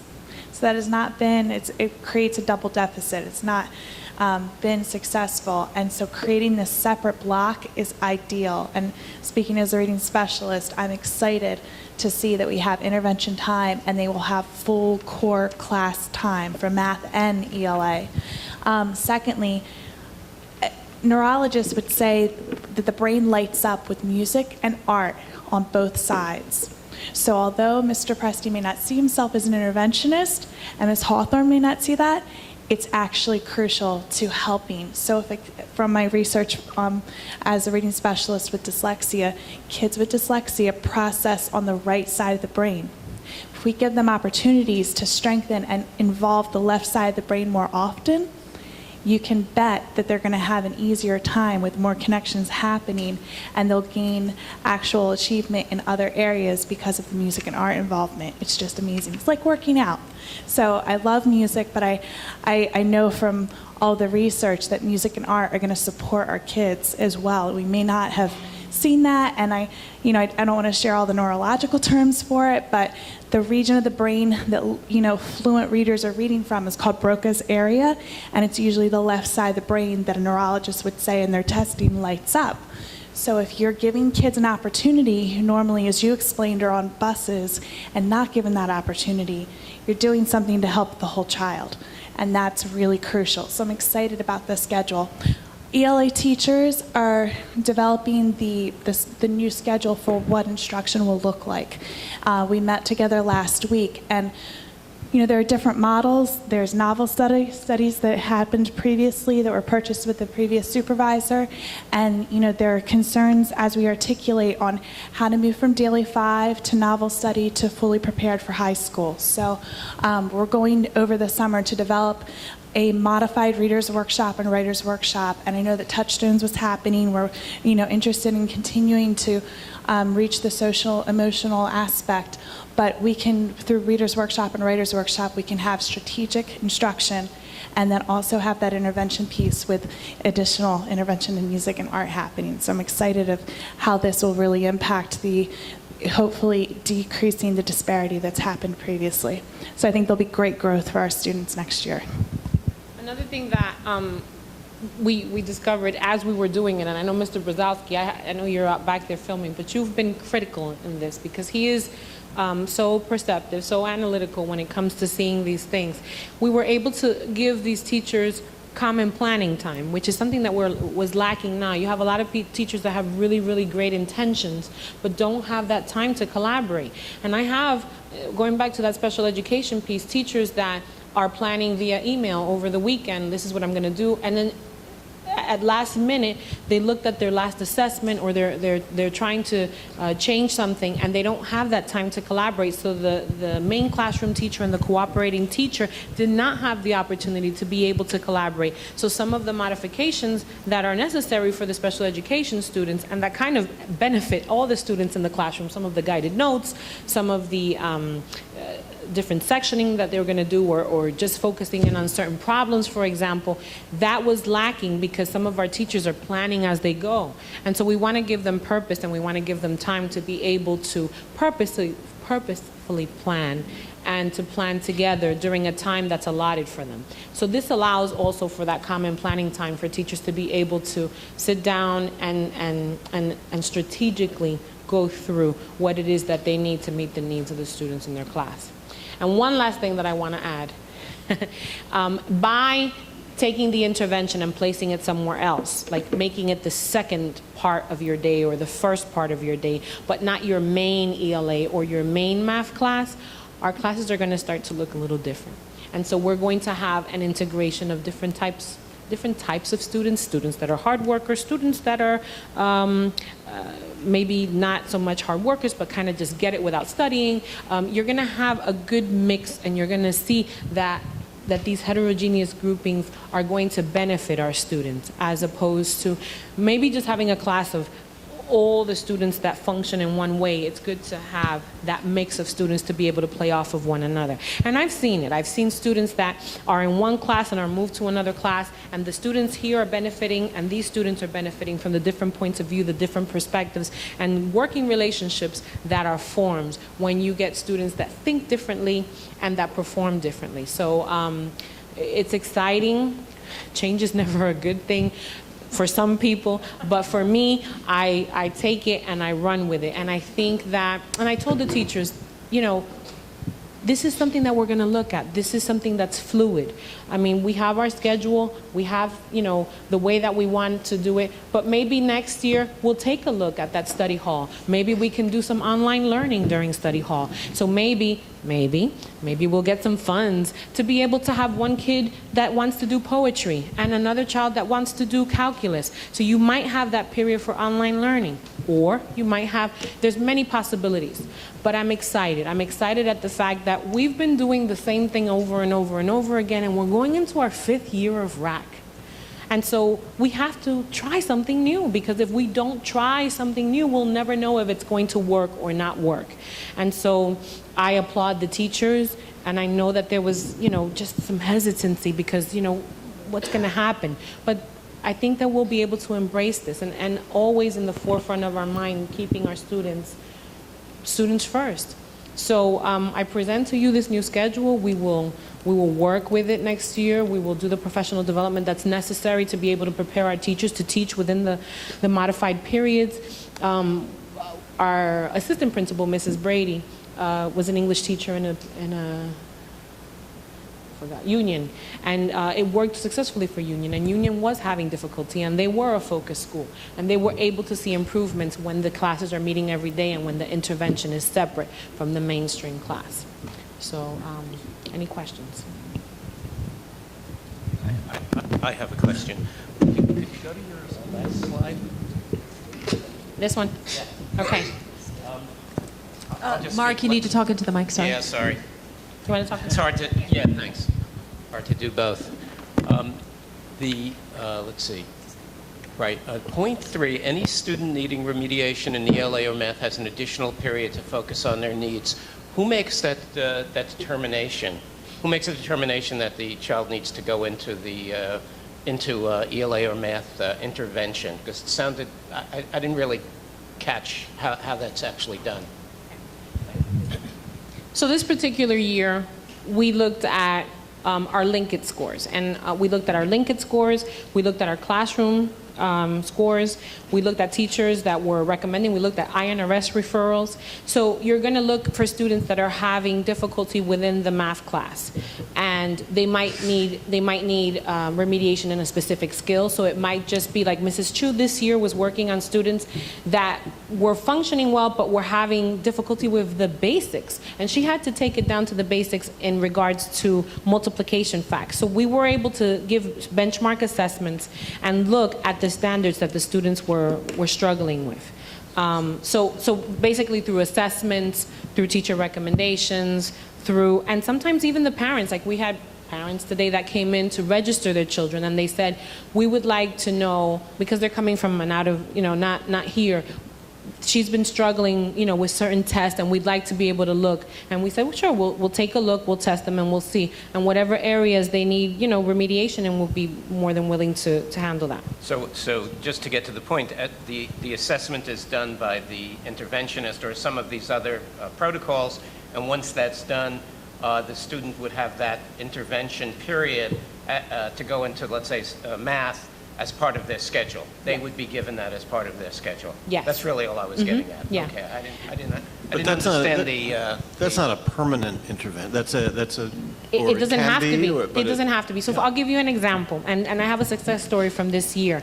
I have a student that I'm thinking of her here in my head. She was in the Read 180 program, and she started at one Lexile level, and she was having difficulty, and her English teacher was noticing these things, so she started into the Read 180 program. When you begin the Read 180 program, they do what's called an SRI, a student reading inventory, and it determines what Lexile level you fall at. She was able to make 2 grade jumps within this year. And so when she was and they do these tests regularly. So when she was last tested, she was not only on grade level, she was above grade level. And so she's exiting the Read 180 program. But just because you're exiting that Read 180 program, you might still flounder a little bit. So we still want to have the opportunity for you to have that interventionist.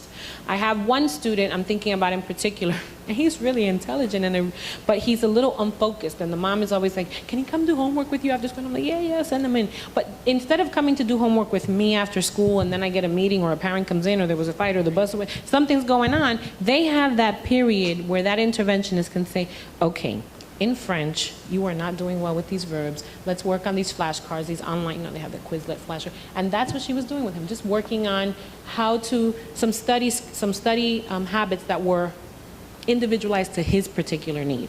So it's good to have that one-to-one. So how many, is there a limit of how many kids might be in that intervention room, or well, there'll be intervention classes, and then there'll be an interventionist that'll be pushing in. So her schedule will wait. So let's just say that today I'm doing violin. So I do violin during that period. But now I need an intervention. So once a week, because my intervention is, I don't do the Read 180, I don't do the math, but I am having difficulty in, and I'll say in social studies, getting projects done. So now my teacher's gonna contact the music teacher and say, I need him once a week because we're gonna work on organizational skills, okay? On And so one-on-one, yeah. that is. And she can choose either one of the 2 days. It could be A and B day if he's really needing a lot of intervention, or she could just say, I'm going to meet with you every Wednesday, and we're going to take a look at Power School. We're going to see what assignments you're missing. We're going to, and so then, and I'll communicate with mom to let her know. And so then that once a week check-in helps him or her, I want to say her, just to get organized and just to be able to kind of reflect, oh, this is what I need to do in order to be successful. One thing I wanted to add, because I know you brought it to my attention, is that this year we are using the linkage system, and it was provided, in the beginning of the year, it was provided free of charge to us, and we were kind of piloting the program. But I know that we are looking at another benchmark assessment that we feel is a little bit more suited to our needs. So we will not be utilizing Linkit, but we'll still be utilizing a system that's going to be able to tell us where our children fall and how we can help to, yeah, go ahead.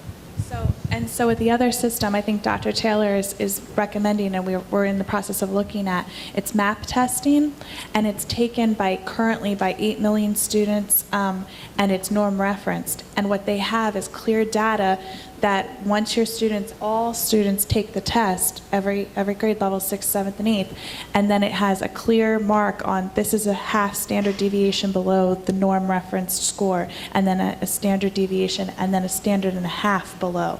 So those clear points would give us the data to know who is most in need of the interventions.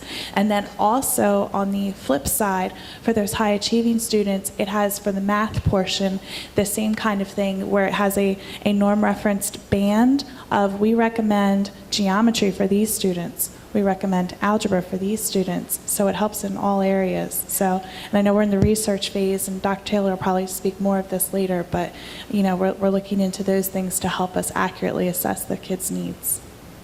And what I was going to say is sometimes we fall into the, we gave this rubric and this was the test score, so this is the cutoff. But with programs that, and being able to assess and look at the large range of where the propensity falls, we can kind of help students that might not have made the cutoff, but that still have that propensity to go into that advanced class, let's say, because we're looking at that data and then we can actually see also, by the way, you got to focus on skill 6.1 because that's where they're wavering. So I have parents that come and say, yeah, what can I do over the summer to get them ready for this class? And I can say to them, this is what you got to do.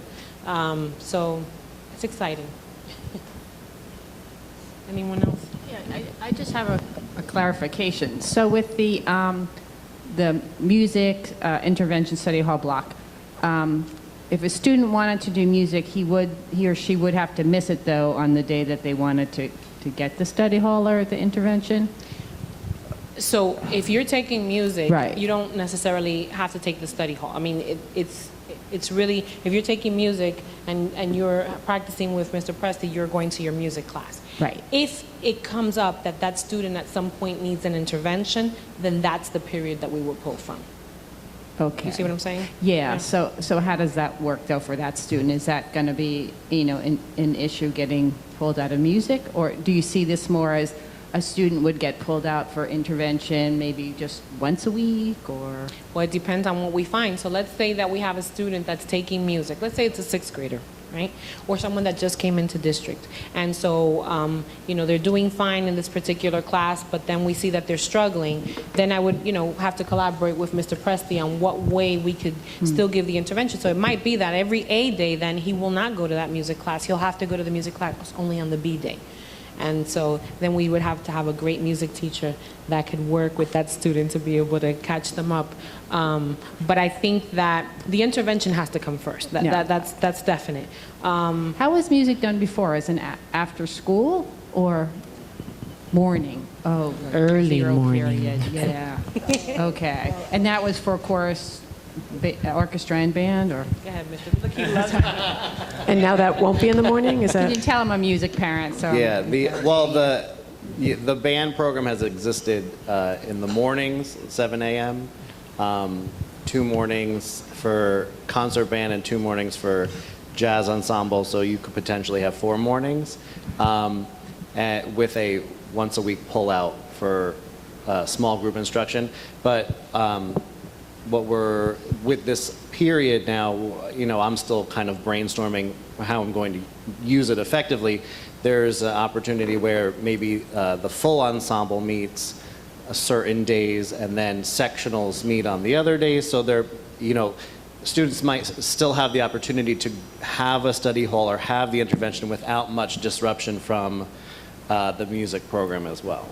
So there's a lot of opportunities there for flexibility. So the music I'm sorry. Go. So those music programs will no longer be happening at 7 in the morning?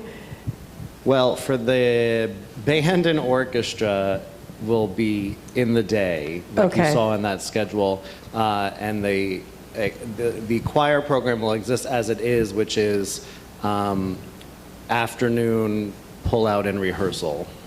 Okay. So there is some after-school rehearsal for the choir still.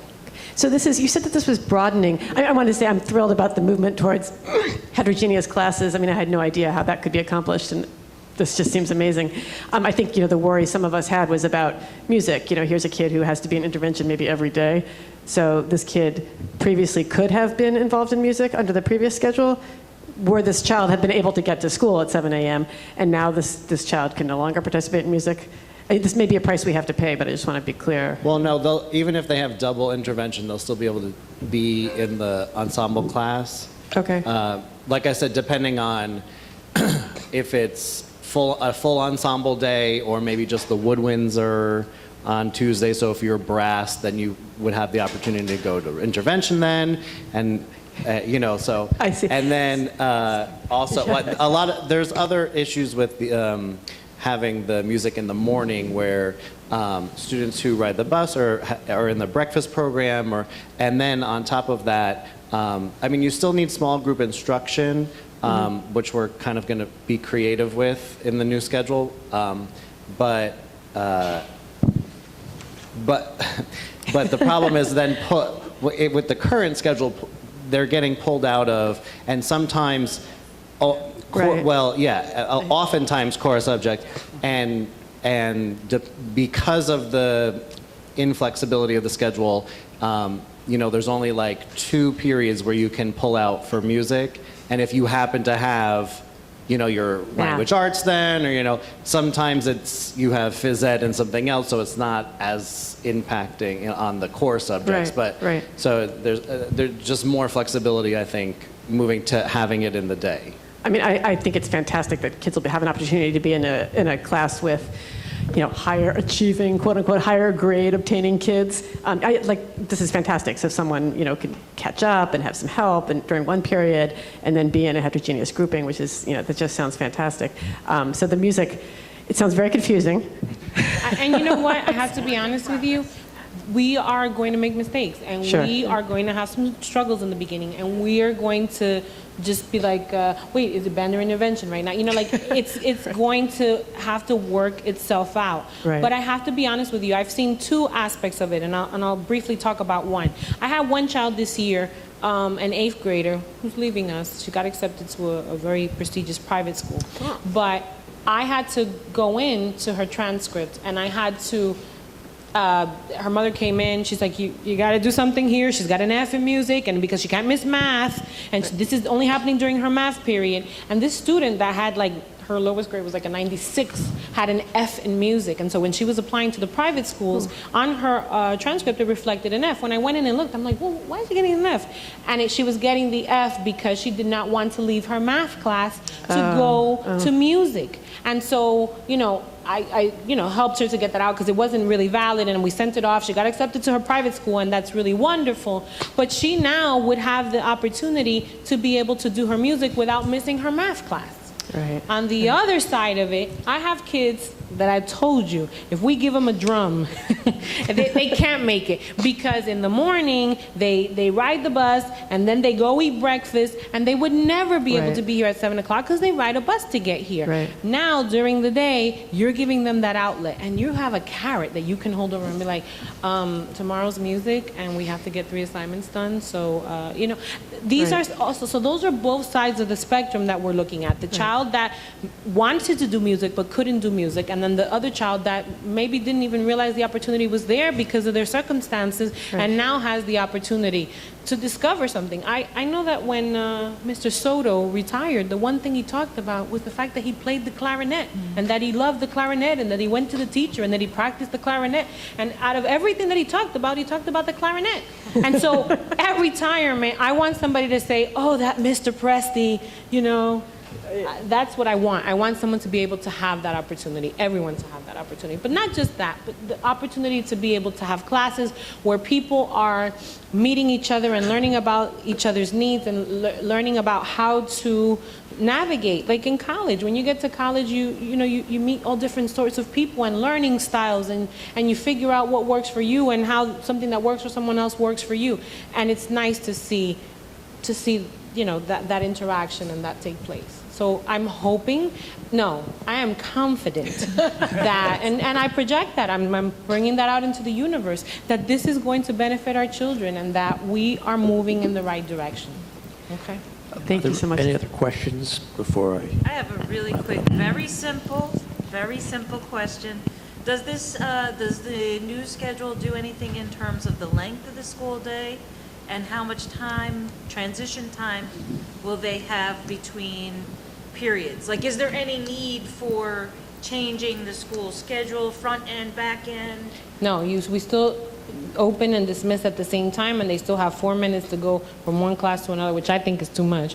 And because you can get to your class, if you don't dilly-dally and talk so much, that's socializing. But we got to give them the time to socialize when they're in the hallway. They can still get to where they need to get to. So there is nothing else that's affected, no. I have one more very quick one, or maybe it's not quite so quick, but one thing we've been hearing, over the years, double blocking for achievement, but for language arts and math. I think kind of what you're saying is it's not really working.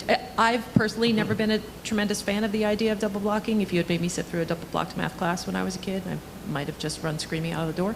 But do you see any negatives to getting rid of the double blocking, or positives?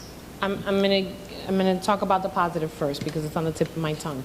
So if you take any child and you give them a class for an hour plus, you're going to get a child, and I've seen it in my observations, that is going to start, unless you are dynamic and strategic about how you plan that lesson, you're going to have some children that it's going to be too much for. Sure. I believe that this will work if the planning is purposeful. So you have to strategically plan your lessons and be purposeful in your planning and know what your objectives are to be able to get through them.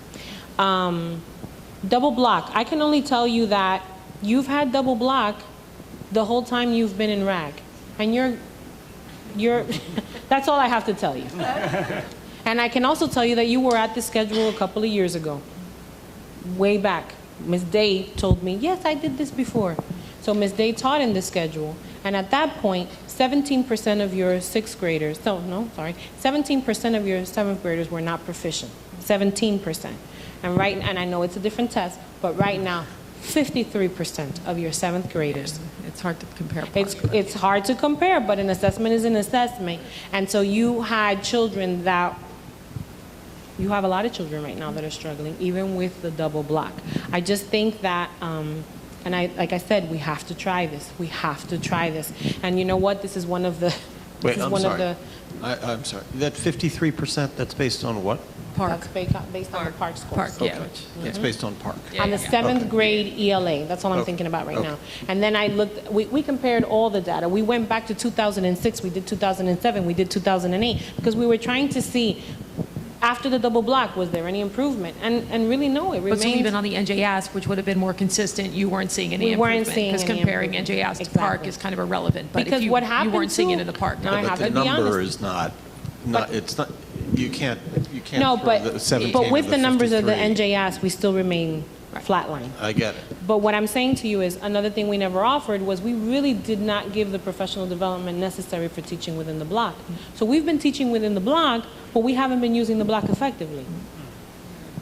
So I believe that with professional development and strategic planning, utilizing data in order to be able to see where the weaknesses of our students are, that we can move our students. And we can look at this. Next year we can sit here and look at the data, and either you can like clap for me, or you can throw the microphones at my head and say you were wrong. Just as with the kids that are moving at a faster pace, this is not going to limit them in any way, right? It will allow them to continue to move at the fast pace that they. For example, even right now, if they're reading Romeo and Juliet, let's just give that example. Someone's going to be reading one text at their level, and someone else is going to have a tiered text at their level. And when we break out into groups, I have my text that's for me. And when we have projects, the teacher's going to assign us the roles depending on where we fall and where our strengths are. So, like I said, it takes purposeful planning and strategic teaching. And I have to add that my vision for professional development and teacher evaluation next year is that we almost strictly focus on differentiating instruction. It's something that we have not done in this district for as long as I've been a parent in this district, as far as I know, effectively differentiate instruction. We have to wrap that into the strategic plan when we talk about equity, educational equity, and it's going to really be what is going to not support your schedule, but allow us to still continue programs like Touchstones and Teachers College Writing Workshop, which are two successful programs in the middle school that we want to continue to sustain. But we'll only be able to do so if we know how to properly differentiate. And we want to focus on also on what our needs are. Right now, our need is that we have a large gap. We have a large achievement gap. And I know that, that's a word that's thrown around, but we have to do something to address this. We have to, and if this is the first step in a path to success, then that's what we have to do. And I know that with our strategic planning, we'll be able to address more ways to be able to address not only the achievement gap, but equity. But right now, we've got to take one step. But we got to do something. Like I talked to teachers. Yeah, we were on a committee 2 years ago, and then and last year we were supposed to, and then. I am curious. You said about Romeo and Juliet, so I'm curious whether there are actually different texts. Oh yeah. Yes. I'm not saying texts. We're talking about reading Romeo and Juliet, right? We're reading Romeo and Juliet, but I'm reading at my Lexile level, and you're reading at your Lexile level. And when we go to do the analysis or the rich discussion in class, we can all discuss, but I am really, really reading that text at my level. I mean, I still have the Romeo and Juliet that I can reference to, but I have one that's basically for me, being able to, I can only tell you from my son, I got him the Odyssey, and then I got him the Odyssey, the graphic novel. And this kid would read the Odyssey and then go to the graphic novel to look at the pictures. And that's what he needed to get through. And that's what we want to be able to provide. As long as they have both of them. So they have the actual, and then they have another way to reference the same material. And we can do that in social studies too. I mean, there's programs for that. But we let the expert here talk about this. I was just going to say it's called having a text set, and the teachers may not have had PD and experience with that before, but so I could have a range of maybe 5 different texts all on a core theme, like maybe the themes within Romeo and Juliet, for example. And then I've coached an inclusive 6th and 7th grade classrooms so that I recommend this book for the inclusive students and small group strategy instruction that they're reading almost the way that guided reading happens in younger grade levels. They're meeting with the teacher support in small group. And those high achievers have a purpose for their reading, and they're about to go with the higher Lexile and about to have Romeo and Juliet, and they have a reader response notebook, and they're going to have something that they're going to write as they're reading while I'm meeting with those kids that need that extra support. So hopefully those who needed intervention are getting what we call the double dose, and they're getting consistently, so their achievement gap is going to close. And then with anything, like you said, social studies, science, you have core concepts, photosynthesis, or whatever it may be. Well, there are tons of free websites that I can produce what I need at multiple levels. And if we're going with Lexile, it converts to Fonts and Pinnell, whatever it is, we'll start getting those resources to the teachers. I don't think that they all had access to that, which will help with the great goal of differentiation. So, headed in the right direction. Well, I find it, I think, I'm sorry, it's very exciting because what we do not want is for someone to get lost because the material is not, it's not designed for that person, But that's what's happening now. Why? Right. And so We want everyone to be able to have something that is going to not just engage them, but that we can see their growth. Everyone needs to have growth. Whether it's the student that started over here on this Lexile level or the student that's here. And we want to make sure that we're addressing the needs of every student in our class. Okay. So I know you were like looking like I want to. Oh, no, I'm Ask that excited extra about question. it. I'm interested. Good, Just good. questions. I've attended many Board of Education meetings from this side of the table over the many years, and I've rarely seen a presentation of a new program that so directly affects our kids. And so I'm very encouraged. I didn't want to join this board only to do the, pardon me, boring financial stuff. I really care about doing something, and we all do something for the kids. And so this is fabulous. This is really fabulous. And if you make mistakes, you make mistakes, but go for it. It's very exciting. Going back to the boring financial stuff, have we looked at and examined how this might affect primary and secondarily, how it might affect the budget coming up? Like these changes? In terms of materials? How the schedule will affect the budget? Yeah. Well, thanks to this schedule, we were able to drastically scale back our 6th period compensation lines. So I think something close to $150,000 was saved in 6th period compensation. Because I think that was an item 2 years ago where it was potential savings, but no one on the board then, except for a few select ones of us, wanted to look into it. And I'm glad that the initiative was finally taken and it was approached this way. Because not only is it savings, but also it seems to be, or can be, extraordinarily effective on helping many students. This is good. So it looks like a dual win. Yeah. All right, great. So if, Well, thank you. You're welcome. Thank you so much. Thank you.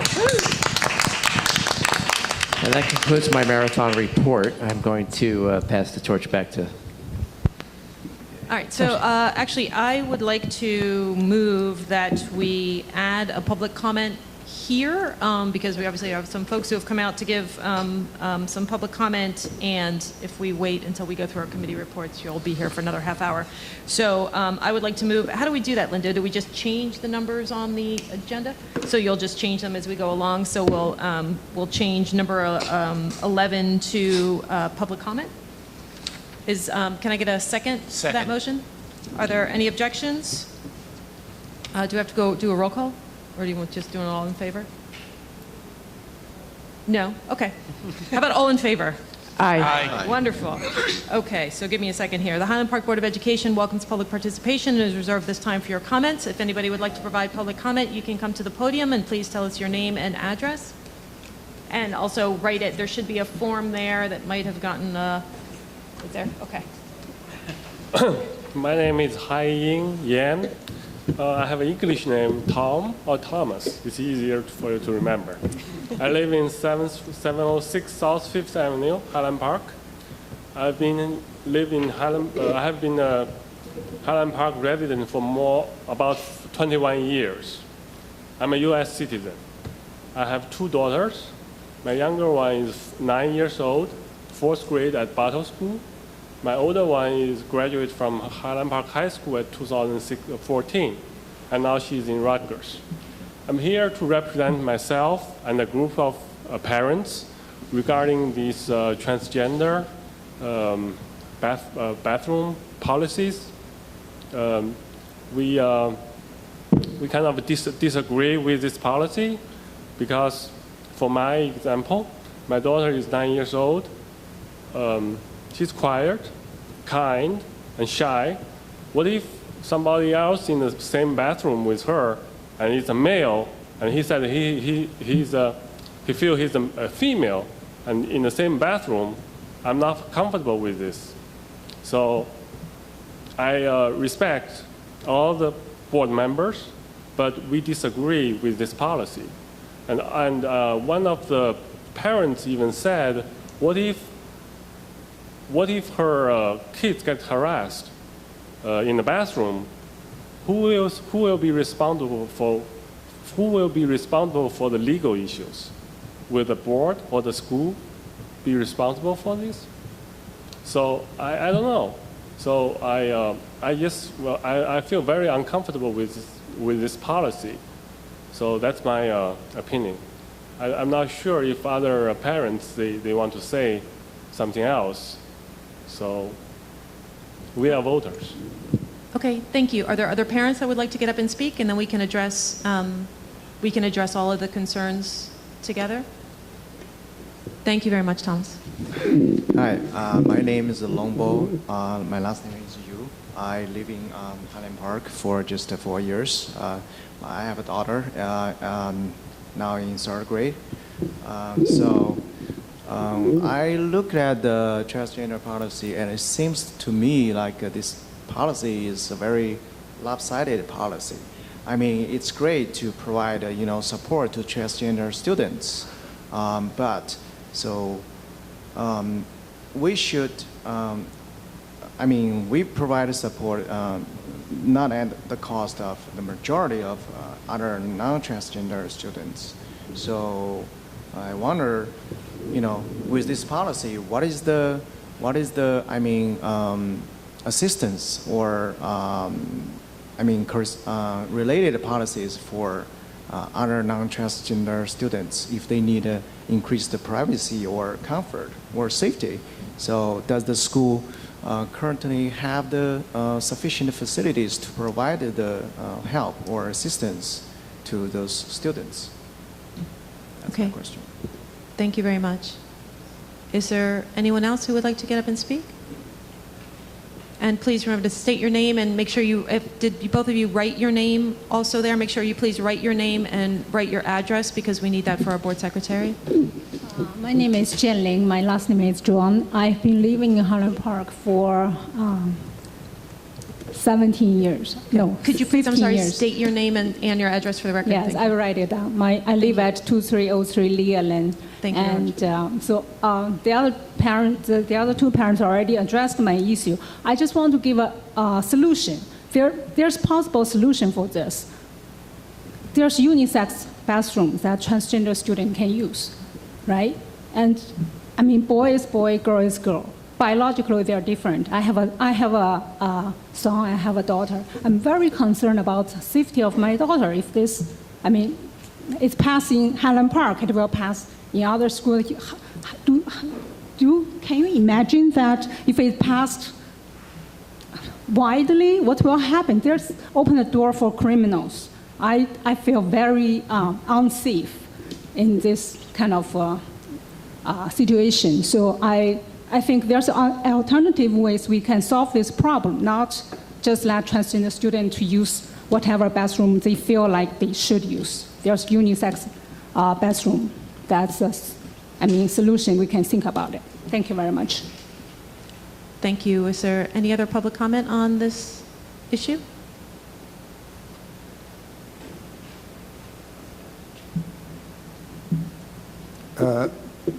Excuse me. My name is Fu Li. I live in 401 Liang Lane. I have been living in Highland Park for more than 10 years. There is one thing I want to add to the previous two speakers.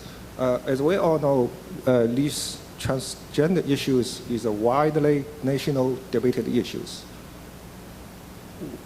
We, as a parents, just don't understand why the board passed this policy so quickly without notifying all the parents in Highland Park.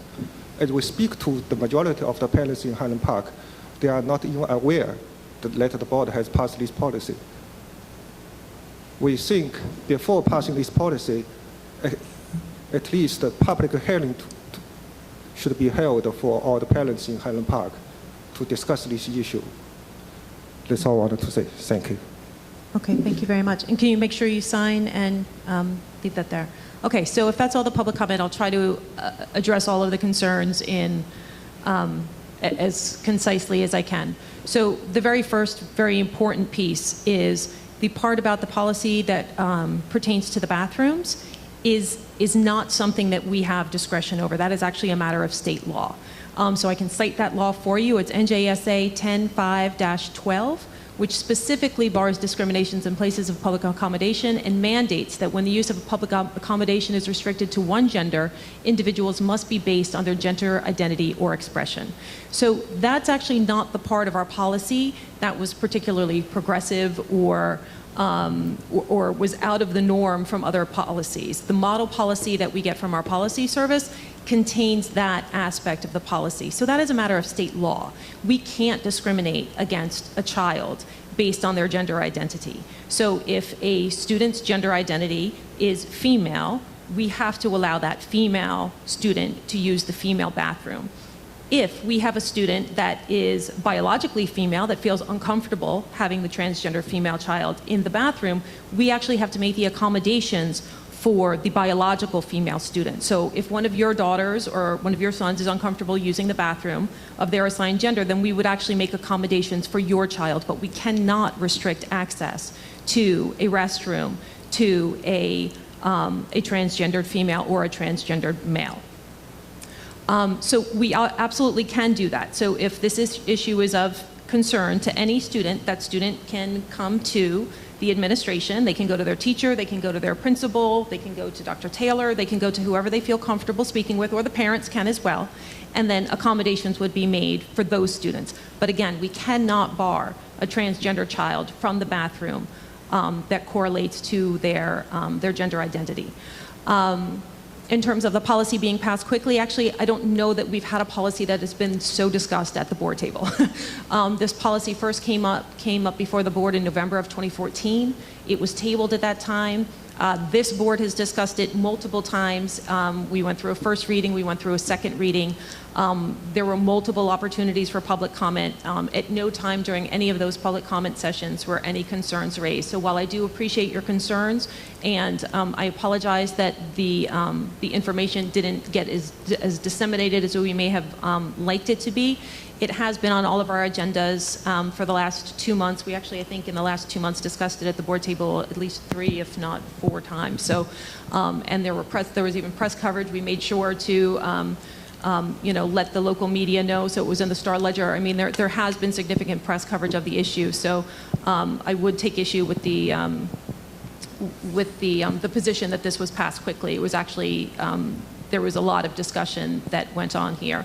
But in light of the concerns that have been raised, Dr. Taylor and I have talked about this, and when school resumes in the fall, we would like to plan an evening where parents, students can come out, where we will have speakers, we will have experts in this area, psychologists, transgendered, I would hope students and adults who can come out and speak, who you can come out and you can meet and you can speak with, who I hope can allay some of your concerns and some of the fears that you may have. We do have several transgender students in the district. They've received tremendous support from their peers. We had middle school students, a group of middle school students who circulated a petition in support of their classmates. In general, we find that the students are very supportive, and any students that do have concerns or any parents that do have concerns, we do want to provide a forum for you to come and to learn more about this issue, to hopefully make you feel more comfortable. Is there something you wanted to add, Dr. Jones? I should also add 2 things. One, we've had this bathroom policy or protocol in place for years. It just so happens that the state took it upon itself to codify the protocol in law, code, and then we follow suit with policy. So we so far haven't had any issues of which I'm aware for several years. The second thing I want to mention is that the leadership team, the principals and the supervisors, we'll be going on a retreat. We're going to spend 2 days and talk about some of the things we need to address next year. And one of the things we will address, this will happen, I believe it's July 18th and 19th, will be what accommodations we can make to children who do feel uncomfortable or, as Darcy pointed out, would like alternative options if they're concerned about going to a bathroom where they think a transgender child might be attending as well. So that's something which we're going to address. Perhaps at the forum, if not prior, you can suggest some accommodations you would like to see. I can't assure you that I could follow through with all of those requests. It all depends on the law as well as our policy and whatever physical restrictions we may have in the building. But I'm all ears to consider what accommodations you might want to see us put in place. If you'd like to make further public comment, you can come to the podium. This is not a comment, it's my request. So I asked my daughter, do you feel comfortable with a boy identify himself as a girl using the same bathroom? Instant response is no. So I don't think my daughter will go to teacher to tell the teacher because she's shy, and she told me. So now I'm here to tell the board that she's not comfortable. She cannot use the same bathroom. So what I would suggest is that you, or Dr. Taylor can follow up with you, and we can make whatever accommodations need to be made for your student. And to echo what Darcy just said, a parent can just as much call an administrator as well as his or her child. It doesn't have to be a child who comes to the office and makes a big presentation. You could simply make a phone call to Mrs. Osemier at the middle school. I recommend you speak to the principals first, and then if you're not satisfied with the response, you can speak to me, because it's the principal knows best his or her building and the facilities and what he or she can't Sorry, I wasn't do. trying to skip a level there. Exactly. So, I mean, basically what Dr. Taylor is saying is there's kind of, in the buildings, there's a chain of command. So your first, he's correct, your first step would be to speak to the principal in your children's buildings.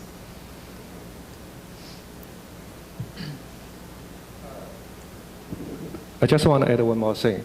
We respect transgender students. We respect their identity and privacy.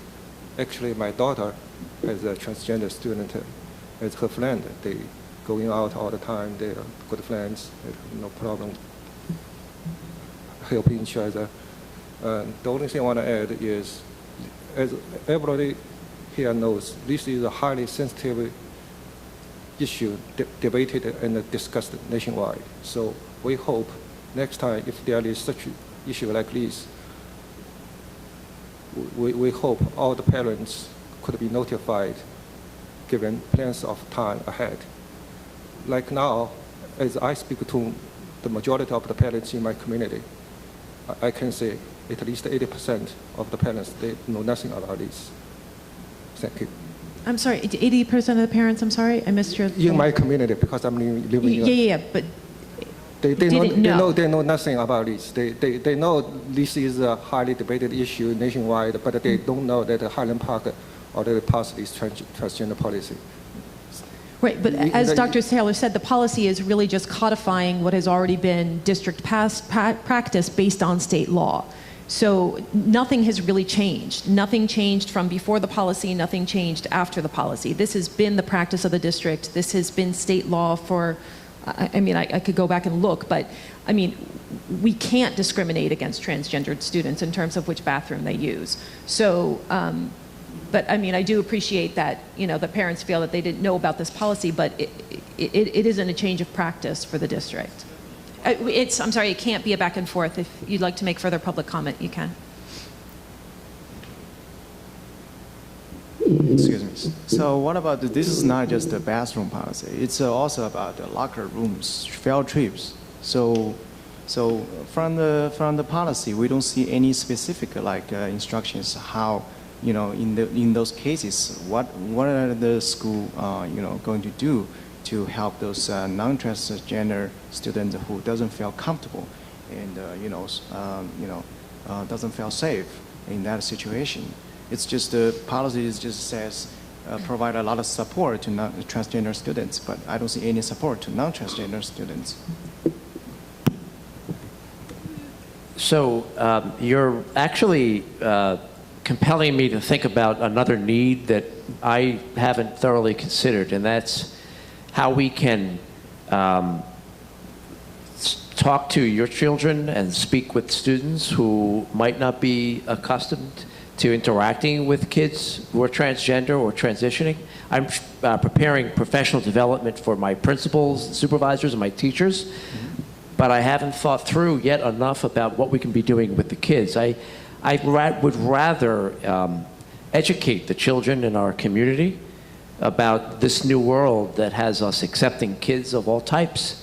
And so perhaps I can be doing more, and I'll consider that going forward, how I can, I don't want to say train your children, because that's the term I use when I speak about teachers and all, but I think you know what I'm trying to say. I'd like to be able to work with your children and help them be more understanding of the differences that I think they're going to interact with, not only here in Highland Park, but in the society that they're going to enter in the workplace. Yeah, so my next question is, before we give proper orientations to our kids, why school, rush the policies? I mean, there's nothing has been done before, my daughter didn't even know this policy.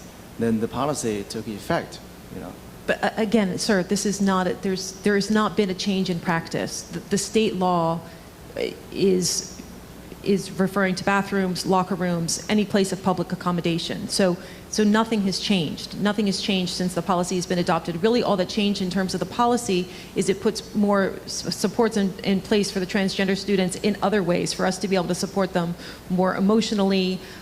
It doesn't change our practice in terms of the accommodations that they are able to use in our buildings. So does the law apply to, public restrooms, like Yes. outside of the school? Yes, of course. So even, if I feel I'm a female today, I can walk into women's restroom? I'd rather not debate points like that, because you're not a transgendered female. Law is law, right? Who knows? How do you prove I'm not? That's the question, right? Yeah, I think the conversation. It's not. If it's law, it's law. It should be applied to anywhere, not just the school. Should be outside of school. Yes, it does. Yeah, the law does apply to all that's public my question. and private. So, can I go to a ladies' room or ladies' locker room? Do you accept a male walk into a ladies' room while you're in there? I'm sorry. With all due respect, you're oversimplifying a very complicated issue, and but I that's prefer real not issue. to respond. That's real issue. It's actually not the real issue. The real issue is for people who are genuinely transgendered and need respect and protection in public spaces. So what you're describing is someone who wants to take advantage of a law that's there to protect someone else for negative gain. And in any kind of circumstance in that regard, then there would be consequences. So if you were to do that as yourself, walk into a female restroom, then I think you would have some trouble with law enforcement. But if you are genuinely a transgender female and you walked into a female restroom, then you wouldn't have any problem, because no one would necessarily even know that you were... The problem with this policy is there's no way to tell who is genuine transgender. There is, because the person is self-identified, and that is the most genuine way that you can tell. I can identify myself, and at this moment I'm a female. But it's the state law, sir. It's the state law, sir. It's the state law. Okay, state law. It's state law. So if you would like to try to flaunt the state law, I hope you have lawyers. If it's a law, it has to make sense. It can be explained in Well, talk to our legislators then, please. Don't blame our policy. I disagree with this policy, but that's my point. So you disagree with the law as well? No, it's a national debatable topic. There's no. Well, but those debates are happening at the state level yet. for a reason. Our policy conforms with state law.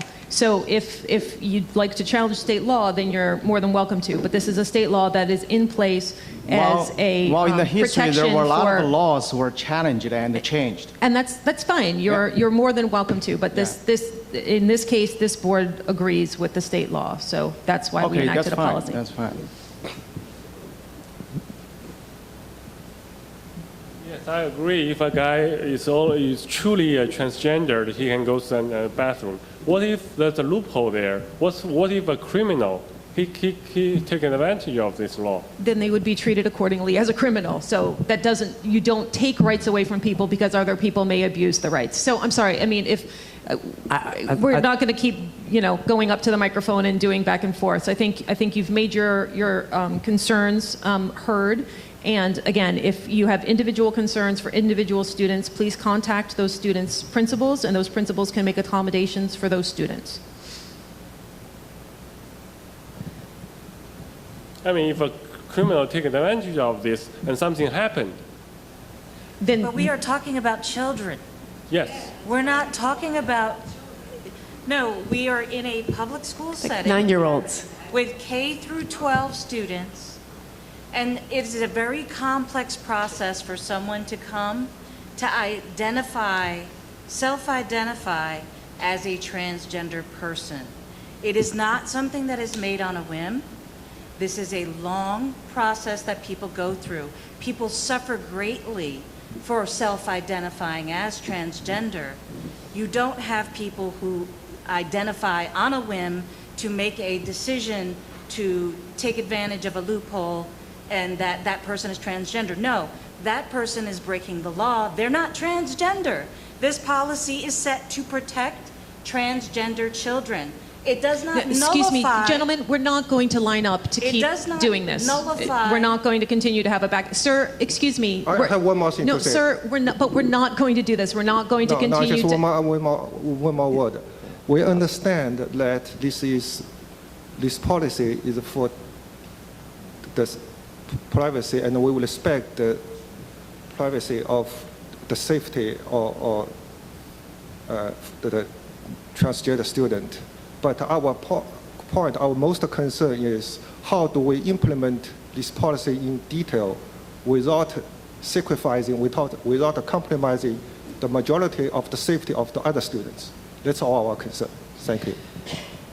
So since we're not going to be changing the policy, I think the next step is for us to consider what accommodations you would like to see at some point, and that's what I suggested earlier. I'll be addressing with the leadership team, and if you have any other further ideas, you're welcome to email me. I don't know if this is the forum for that.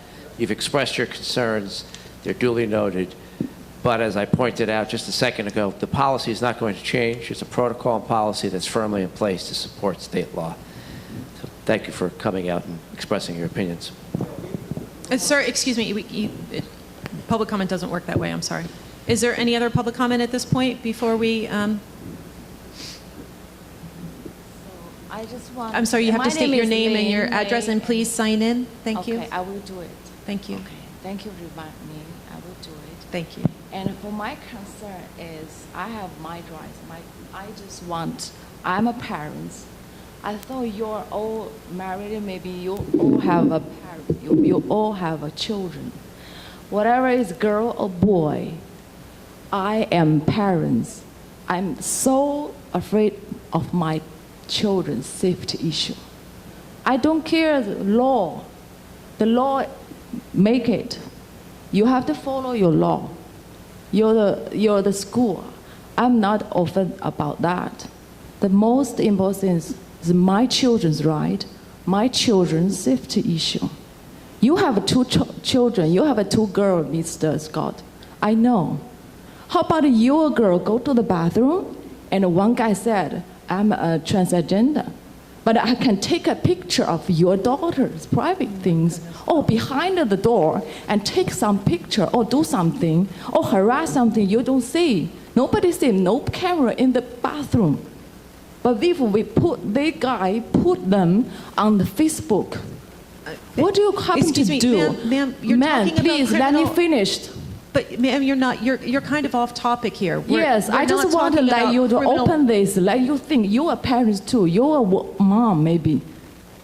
How about you think about your daughter? To think about others' children's rights, safety issue, not just only transgender. I'm not against that, but I just tell you, I'm mom. I would like to tell you that I am a mom I just as want to well. know how could I can protect my daughter if something happened. The most important thing is it already happened. The soul already broken.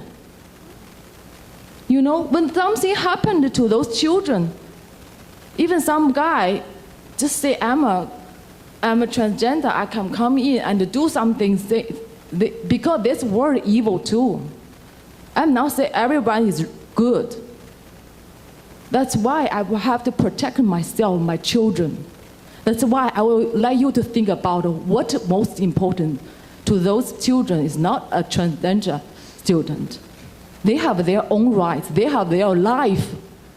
What's going to happen if it happened to bad thing to them because this law? Is that right, the law? The people have conscience. What is good, what's right. Not every law is good, is right. But right now, I just speak for those children, for those parents really concerned their lives. I don't want any children be broken, any soul be harmed, or any people, any children's life destroyed because this something. I want the school do something, at least put another bathroom. Say this bathroom is special for both children have a transgender. I don't know how to do it, but this is what I can help to solve this problem. I respect them, but what I want, they respect my daughters too.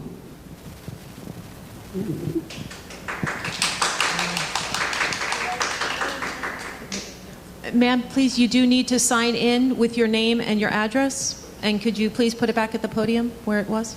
Thank you very much. Is there any other public comment? Okay, seeing none, we're going to move on to the next agenda item. So we'll move on to our committee reports. So first is curriculum and instruction. And oh my, Michelle is not here. So I hadn't thought about that. Oh, nor is Ruth. So I could fill in the blanks for you if you'd like. or Rob. All right. there you are. So we'll let Scott do that then.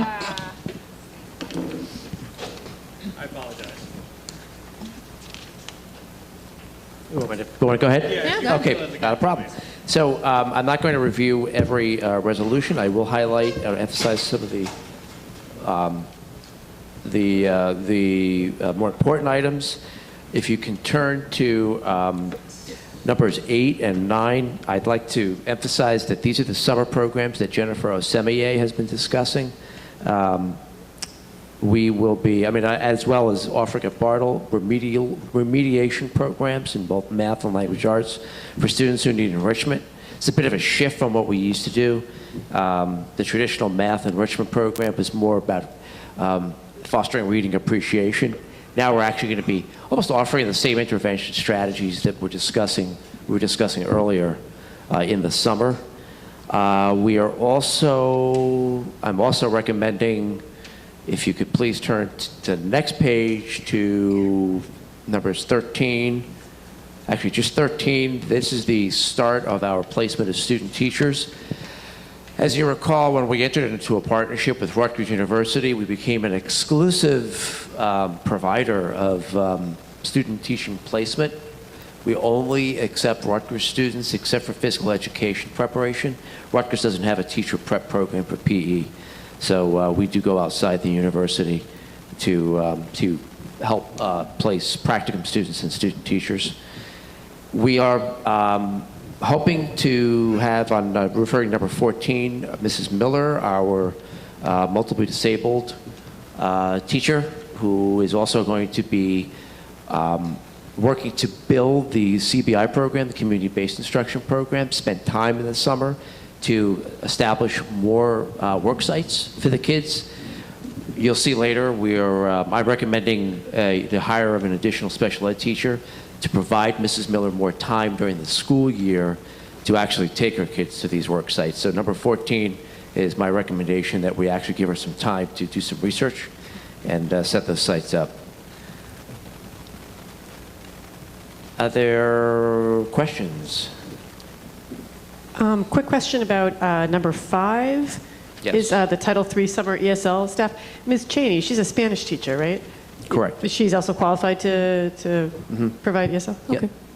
Yeah, Yes. last year, actually, she was providing I remember she was... significant ESL services. Yes. I do have a memory of that. Any other questions about curriculum and instruction? No, thank you. Not from me. Okay, so if there isn't anything else on curriculum and instruction, we'll move to finance and facilities. Mark? Yes, thank you. So this is our usual list. I'm going to go through it quickly. 1 through 3 are, and I think you may have copies of this report from Linda. 1 through 3 are our bill lists and financial and travel spreadsheets, usual. 4 is professional services. 5 is approval of the tuition rates. 6 is, and 6, 7, and 8 are all grant applications. 9 and 10 are the resolutions to put $100,000 into our emergency reserve and not to exceed $250,000 into our capital reserve. 11 and 12 are annual resolutions to continue paying bills.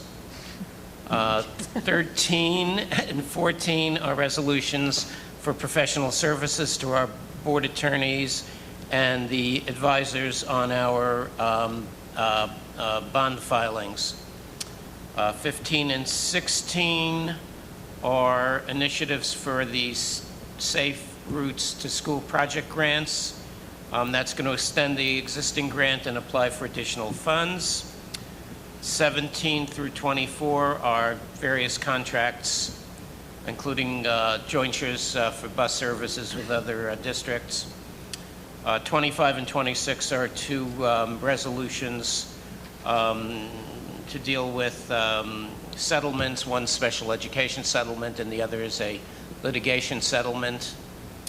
And 27 through 29 are educational service department placements and payments and so on. Great. Are there any questions for Mark?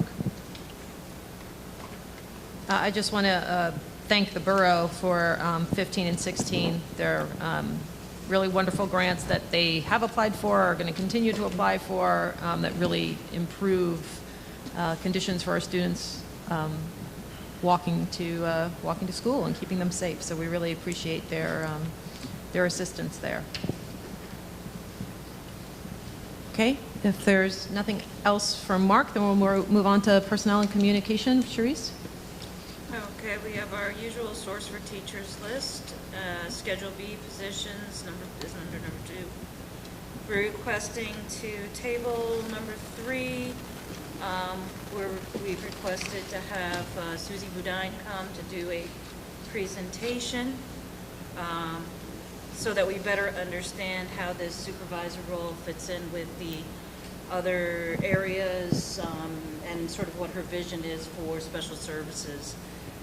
In that same spirit, if I'll kind of jump ahead a little, we're also going to hold off on number 12 for the moment, just till we have that chance to kind of see the presentation, which will hopefully happen very soon. Other than that, we have a couple of, we have several positions, some that are we're filling new, some that are filling retired positions, some that are holes that we have for other reasons, and some are new positions, but basically you'll see a series of teachers filling different posts for special education at the middle school, Bartle School, Irving. You have an administrative secretary position at number 7, and full-time first grade teacher, Ms. Daly, at number 8. Another half-time, part-time special ed teacher, J.B. Boop, at 9.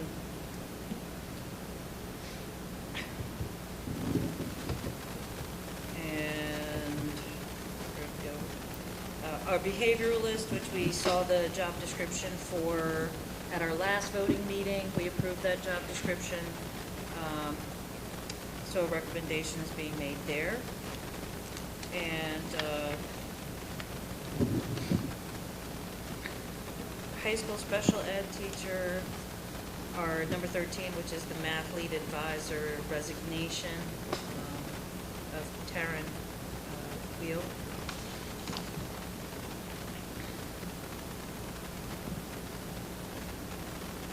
Source for teachers substitute for 2016 extended school year for IDEA. And then we'll, Anthony Robinson will be moving from the middle school back to Bartle School as a paraprofessional. Approving the employment contract of the business administrator, board secretary. And then our extended school year employment and our summer home instruction accommodations. And then number 20 is an approval of a sidebar agreement with the HPEA and the board regarding Schedule B positions stipends. And if I may, I'd like to just share with you some of the information I received from the references. I checked personally for our full-time permanent hires. You'll note that regarding the number 5 resolution, we are hiring to fill one of the 3 elementary positions at Bartle, somebody who has experience with a master's at step 5. This is an individual who is being relocated from another state, as you can see from the resume. What you should know is her principal, Patricia Reagan's principal, Dr. Shelley Simmons, said this of her. She worked in a very, very diverse school. This happens to be one of the reasons we were attracted to her as a candidate. She's accustomed to working with diverse populations, has experience working with diverse populations, used data very effectively to align it to differentiate instruction, which she actually did during the demo lesson as well.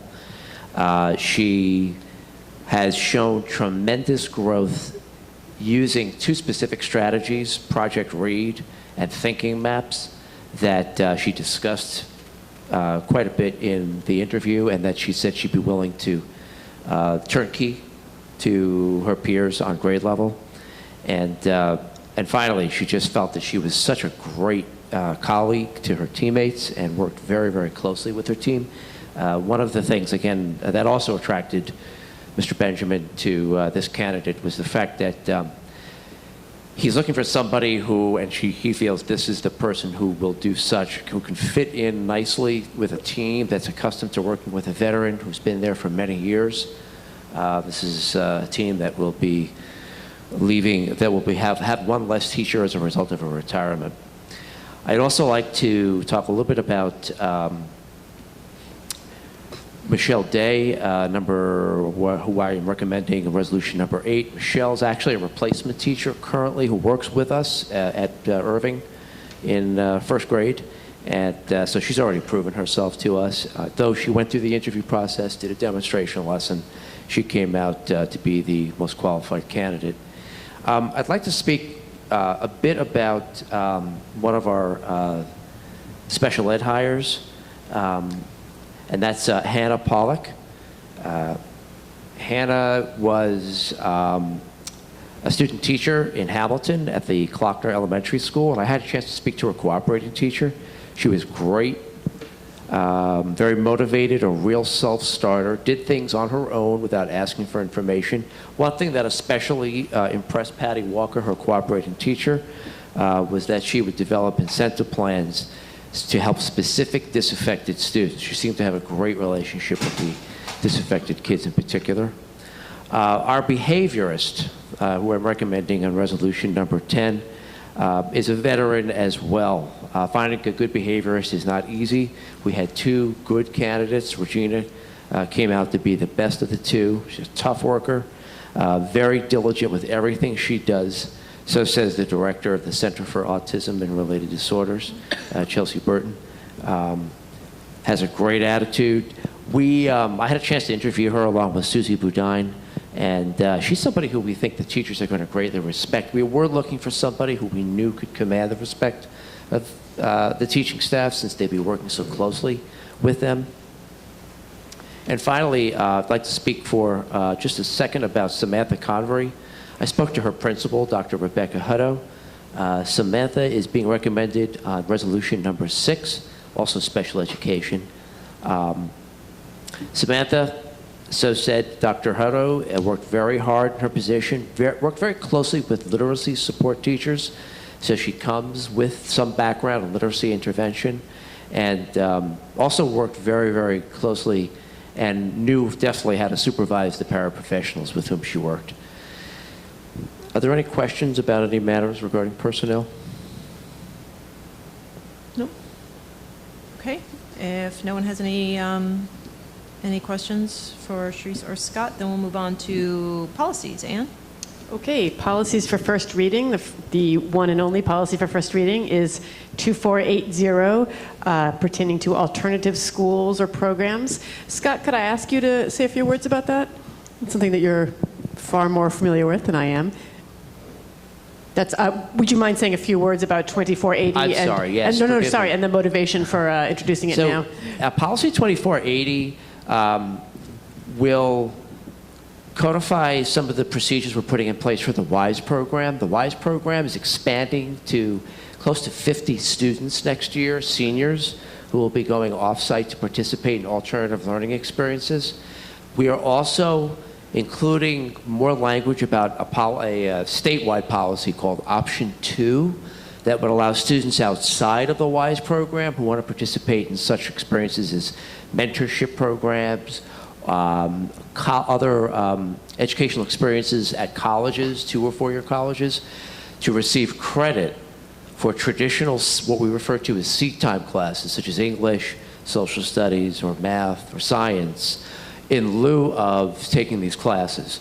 So theoretically, a student who has taken 3 years of English, doesn't want to take senior year of English, but is looking forward to an illustrious career as a journalist, can participate in an internship at a local paper, Star Ledger, under our supervision, would qualify for 4th year English credit by taking part in this experience. So Policy 2480 includes additional language that brings us up to speed with what the state is doing with Option 2 and also with the WISE program. Wonderful, thank you so much. So it's really very little language that was added. It's not, it's not a dramatic I think there are change. 3 or 4 steps that we added to talk about a committee being involved in reviewing a student's application. It's purposely vague. We intend on following that procedure to the T of the policy. Great. Essentially, I can just encapsulate what would happen. So if a student, we actually have a student who prompted us to review this policy sooner than the summer so we can program this junior's schedule for next year. This is a junior who wants to take a course at Rutgers. So all we're asking via this policy is that the student complete an application, which we've developed. The application will be reviewed by a committee on which will sit Mr. Lassiter, both guidance counselors, and I will also sit on that committee as well. We'll review the application if it meets our standard, and essentially what we're looking for is satisfaction that the student is taking part in a quality educational experience, and that if we were to assess the students on the standards that relate to that year's course program, in this case I think the student is taking a science course, a technology course at Rutgers, then that application will be approved, and then we would require the student to check in with us using whatever protocols the student put in the application. So it's vague, although the application itself is more specific. Okay. Sounds good. Okay, great. I'm sorry. Are we done? Nope, no, we got one more. Nope, go ahead. But I didn't mean to interrupt the call for questions. Nope. Okay, the next policy up for second reading is 0155, board committees, which we've discussed several times. It is almost identical to the policy we looked at for first reading last time. There is one proposed change. It is on page page 4 of 5. This was a change suggested by Charisse, in which I and I believe the other committee members very much support. Let's see if I've got it right. Under Committee on Excellence and Equity, the first section on page 4, the 1, 2, 3rd paragraph down. Oh, no, wait, I'm sorry. I have the wrong place. Oh, no, sorry. The first paragraph under Committee on Excellence and Equity, the first full paragraph on page 4, the final sentence says, the committee shall participate in an annual review of the district's comprehensive equity plan with the superintendent, building principals, and district affirmative action officer. That just creates a mechanism for the Committee on Excellence and Equity to get involved in reviewing the comprehensive equity plan, which we fill out every year per state requirements. So we'd like to add that. I don't think that is a significant enough change that it needs a new first reading, so we've added that to the proposed second reading policy. There is one sentence on page 4. Let's see, it's sentence 1, 2, the 3rd sentence was added. It's a little confusing because the changes shown on the policy in our packets and that were provided to the public, the changes shown are both changes that were made and presented for first reading, and this additional change also in bold type that's being presented today. So there's no way to distinguish between the changes that were presented last time and this one sentence that was presented this time. We clearly need maybe another way to show this is a second round of edits. So that's all I have to say about 0155. And while we're staring at it, I'll just point out that in the first sentence on that page 4 or 5, committee needs to be capitalized because it's capitalized everywhere else. Thank you. Sure. The first sentence on page 4, this committee. I mean, I think it's a debatable grammatical point, but I hesitate to. It's capitalized everywhere else. But this is a different. Well, I withdraw my comment. All right, and you got one more? I do. Sorry. Oh, no, I do that have one? one more. I'm sorry. Sorry. No questions? All right, the next policy for second reading is Policy 8505, School Nutrition, a mandatory policy which we are belatedly adopting to bring us into compliance with the Healthy Hunger-Free Kids Act of 2010. This is identical to the policy as presented for first reading at the last meeting. So this is proposed for adoption at our next meeting. All right. Any question on any of those policies? Nope. All right, so public comment. The Highland Park Board of Education welcomes public participation. Oh, I just moved it, so I don't have to do it again now? Okay. Okay, even better. Unless, Mr. You got anything? All right. So we'll move to the board liaison reports. So we got something from Lucia Camacho, did we not? It's going to have to wait till next week. I don't have it. I think I have it. I thought I saw it. Yeah, it was in Okay, I our don't folder, have it. I think, right? I didn't see it. Oh, maybe not. I saw it somewhere. Yes. Yeah. All right. So, I mean, I guess I can read this. So we have we have a student who goes to the Municipal Drug and Alcohol Alliance meeting. So we've asked her to provide us write-ups of what happened. So I will read that. In attendance were Laura Arp, Irene Marks, and Elizabeth Asamoah. The meeting began with a committee report, just a general review of the previous meeting and of some of the members' events. It started with a discussion of Ms. Arp's 2 events and their success, as well as their budgets and some suggestions for next year. The meeting then moved on to updates on recent and upcoming events. Many events were discussed, such as the upcoming Senior Citizen Prom and the Junior Police Academy. Other events also discussed were class action training, as well as middle school and high school programs. The high school prom was brought up, as well as the pre-prom event that was held for parents, which would answer their questions and concerns that they had about the prom. The Junior Police Academy was explained to me a bit more, and I was told that if Officer Joe would have been able to make it, there would have been more time spent on talking about the program. Next was the update on the grants and planning. During this time, the programs that were offered this year and the health classes and the budget for that was brought up. I was then informed that the Alliance had managed to bring in a trainer to train the teachers, which would be a better use of the grant given. while the trained teachers there would be more money in the budget to invest into other events like Miss ARPS and some events that the other members present hold. The police prevention program was also brought up, which is a planned program for the upcoming school year. Budgeting for the program was discussed, as well as options on how well it would do.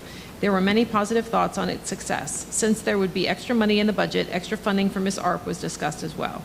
There was a quick touch on budget reviews and spending, but everyone had already sent in their invoices and receipts, so not much was said.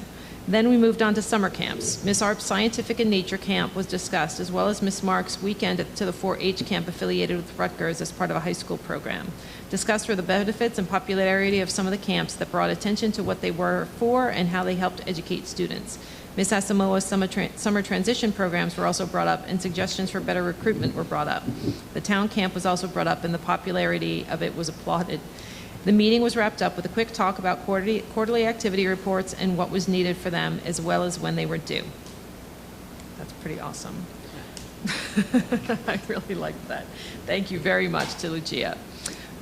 So Michelle is not here to give us up for any updates that she has for Borough Public Information or HPTV, so we may have to wait until the next meeting for that. So Rob, do you have anything for HPEF? No, actually think the next meeting would ordinarily be next week, so. Okay. They're probably still recovering from the event. I'm hearing it went fine. Great. Yeah. And Judy, do you have anything for Commission for Universal Access? Yes. I think you all have gotten via email a flyer about an upcoming event, not till September, but they wanted to get it out to the public before the school year ended. And it is a Fall Fun Creative Art Workshop presented by Disability Allies and the Borough of Highland Park. It is for older teens with disabilities, ages 15 to 17 and ages 18 and up, September 18th and September 25th from 1 to 5 at the Senior Youth Center. Great. So save the date and the flyer Ms. Odato sent out. Thank you. So Michelle is also not here for the library, so we'll catch up with her at the next meeting. And I don't have anything for shared services. Anne, can you give us an update on negotiations? Sure, negotiations are ongoing. We have a negotiations team here consisting of myself, Mark Krieger, who else is on the team, Rob Roslevich, and Michelle McFadden DiNicola, and we have been meeting with the HPEA's team, and it's going well. Great. Let's see, who's next? Ruth is not here for CPAC, so we'll catch up with her too. And Charisse for POSOC? Sure. So POSOC did meet on the 8th. We reviewed what's been going on with equity and discipline, and I let them know about the newly created Excellence and Equity Committee, which they were very interested in and wanted to find out if there were ways that they would still be able to be involved in that process now that it's a committee rather than ad hoc group. We talked about the strategic planning, and several members are intending to be there for the 28th and 29th. Wonderful. We're going to be going through a reorganization over the summer, so we'll have new leadership for September. We like to shift out leadership roles every year. So a few different people have expressed an interest, and we'll see where everything sort of falls. We may end up with more of a committee base than just an individual coordinator for 2016-17. Other than that, we pretty much talked about the need to bring back parent support group dialogue to our organization. So having specific meetings designated throughout the year for parents just to come and talk if they feel like they need support. Anyone would be welcome to come and attend those meetings and discuss anything that is on their minds. Sounds great. I'm glad to hear that that you're helping to encourage folks to participate in the strategic planning process. It's very important. Okay, Anne, do you have anything from Human Relations? We are meeting on Wednesday. Okay. So nothing since last time. All right, so we'll get you on the flip side. Mr. Krieger, do you have anything for Board of Health? Yes, we met last Thursday. Related to the schools, the immunizations of the kids in our schools are at 100%, which is required by state law. So that's very good. Was not at the last meeting. There were a few stragglers, kids who had not gotten immunized. They asked about the lead status at the one fountain, and we didn't have an answer yet because I think the county hadn't gotten back to Scott by then. So this is good news, and I'll inform my contact on the Board of Health. And then the only other item is, which is very nice, we had 2 high school students are representatives to the Board of Health each year, and the 2 students who are Julia Brennan and Olivia Bridges both had their last meeting last week, and they read a resolution into their minutes talking about the good work that those 2 students did as representatives of the students and the high school to the Board of Health.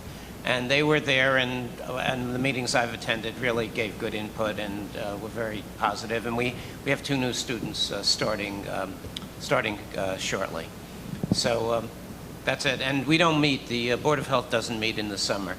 So we're going to be meeting again, I believe, in September. Okay, great. I had no idea there were students on there. That's great. Yeah, I didn't when I went. They've really been good. They've talked about issues. I think they may have been the first ones to bring up the early start times at the high school issue. Right. So it was interesting. Julia Brennan's going to take part in our strategic planning work. Oh, good. The Yeah, 28th yeah, and 29th. And then she's going to be going overseas for her senior year. She's going to Chile, by the way. We talked about that. She's been both the students have been really good. They've been really helpful to that group. Wonderful. So I don't have anything specific to Delegate Assembly, but I will update everybody that as a result of our resolution passing the Delegate Assembly in May, I went to the last state board meeting a couple of weeks ago, and at that state board meeting, one of the counselors for the New Jersey School Boards Association attended and provided testimony before the state board. And because of our resolution, the testimony that was given by the New Jersey School Boards Association before the state board was that parks should not be the sole graduation requirement. So that was pretty darn exciting because that was not part of their previous testimony before the state board. So as a result of our resolution going to the Delegate Assembly and getting approved, we've now, effectively changed the way that New Jersey School Boards Association is lobbying in Trenton. So that is a pretty cool, pretty cool thing. And Yay us. yeah. Right? Huh? Yay us. Yay us, indeed.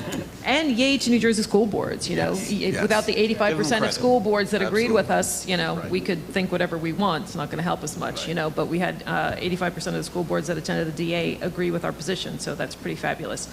And now I think it's up to 18 districts that have adopted similar resolutions, and then also the New Jersey Educational Services Commission. So, from what I understand, in the next couple of weeks, there'll probably be more rolling in. So, so it's sparked quite a movement. So I'm very proud of that. And then Rob, I know you don't have anything for the Middlesex County School Board, so I'm not even going to ask. I know there hasn't been any more meetings, so I don't even have to ask you. And President's Report. I was going to just bring something up very quickly that's come up a couple of times recently, which is, I think, the feeling among some committees that there's not, even though we've moved to this new structure where we have a meeting to discuss items before we vote on them, I think there's still a feeling that that board members would like to have additional committee meetings. So I'd like us all to kind of put our heads together a little bit and figure out how we want that to happen. The board that I saw present this kind of style of board structure where you have a workshop and you have a voting session The way that they handled it, and I'm not saying that's the way we need to handle it, but the way they handle it was each committee, came up with I think it was once a month meeting time that worked for those members. So, what works for one committee might not work for another committee. So for one committee, it might be at night. For another committee, it might be in the morning. But those committee members came together and said, okay, we could all meet once a month on, the third Wednesday at 6 o'clock. And then, of course, you'd have to work with whoever your administrator is. But then that would be a way that every month you have a set time to meet, and, the administrator that works with the committee could then, have, you would know that you have a monthly, because it doesn't seem to be working to do, impromptu meetings or phone meetings, or, and maybe those monthly meetings are via phone, but at least you have that structured time that's always set. So if the administrator has something to convey to the committee, they can, or if the committee has questions for the administrator, like that's automatically built in instead of trying to schedule meetings on the fly. So I'll put that out on the table as a suggestion, and I'm happy to hear any other suggestions that folks might have. Darcy, when we adopted the committee structure, and then the workshop and the voting meeting all those years ago, the committees would just plan to meet on a third Monday. Right. So we figured we would have 3 Mondays a month. That didn't work. The way it turned out was that the Finance Committee typically did meet around one of the board meetings, because often we didn't have a lot of in-depth work to do except around budget time. Right. And then we had loads of meetings. Just exactly what's happened here. But I think that's a very workable plan. At least it was workable for us then. I don't know how people now feel about it, but to assume that a third Monday is going to be used for a committee meeting, which won't necessarily go till 10:30 at night, but which might be 5 o'clock or 6 o'clock or 7 o'clock for an hour, maybe an hour and a half, that could work. That could work for most of the committees. Okay, so does anybody else have any other thoughts or suggestions? Well, we did discuss with Scott today setting up a meeting that would happen just before the agenda comes out. Mm-hmm. Because, of course, one of the limitations for the Personnel and Communications Committee is you have to know what the personnel actions are for the agenda for you to have any dialogue. Right. There's not really anything other than policy. I mean, we can look, as a personnel committee, we can look at specific policy areas if those need reviewing. But other than that, so we did determine it would be, we set the first date for July. It'll happen before the agenda comes out, so we can have a little bit of discussion about what's planned to be on the agenda. And that'll be in advance of the meeting, so that there can be some dialogue. Great. So you guys already solved your own. Yeah. I'll reach out to Michelle. Okay, wonderful. And that is the let way. them work with Mark. That is the way that we did it, which was it would be the Monday a week before the first the workshop session. So it was a committee meeting on a Monday, then a workshop session, and then the voting meeting. And I mean, it might work as well for finance, but I'm happy to meet at least this next time right before a workshop session, the July 18th Gotcha. schedule. Okay. Yeah, there's only one in July.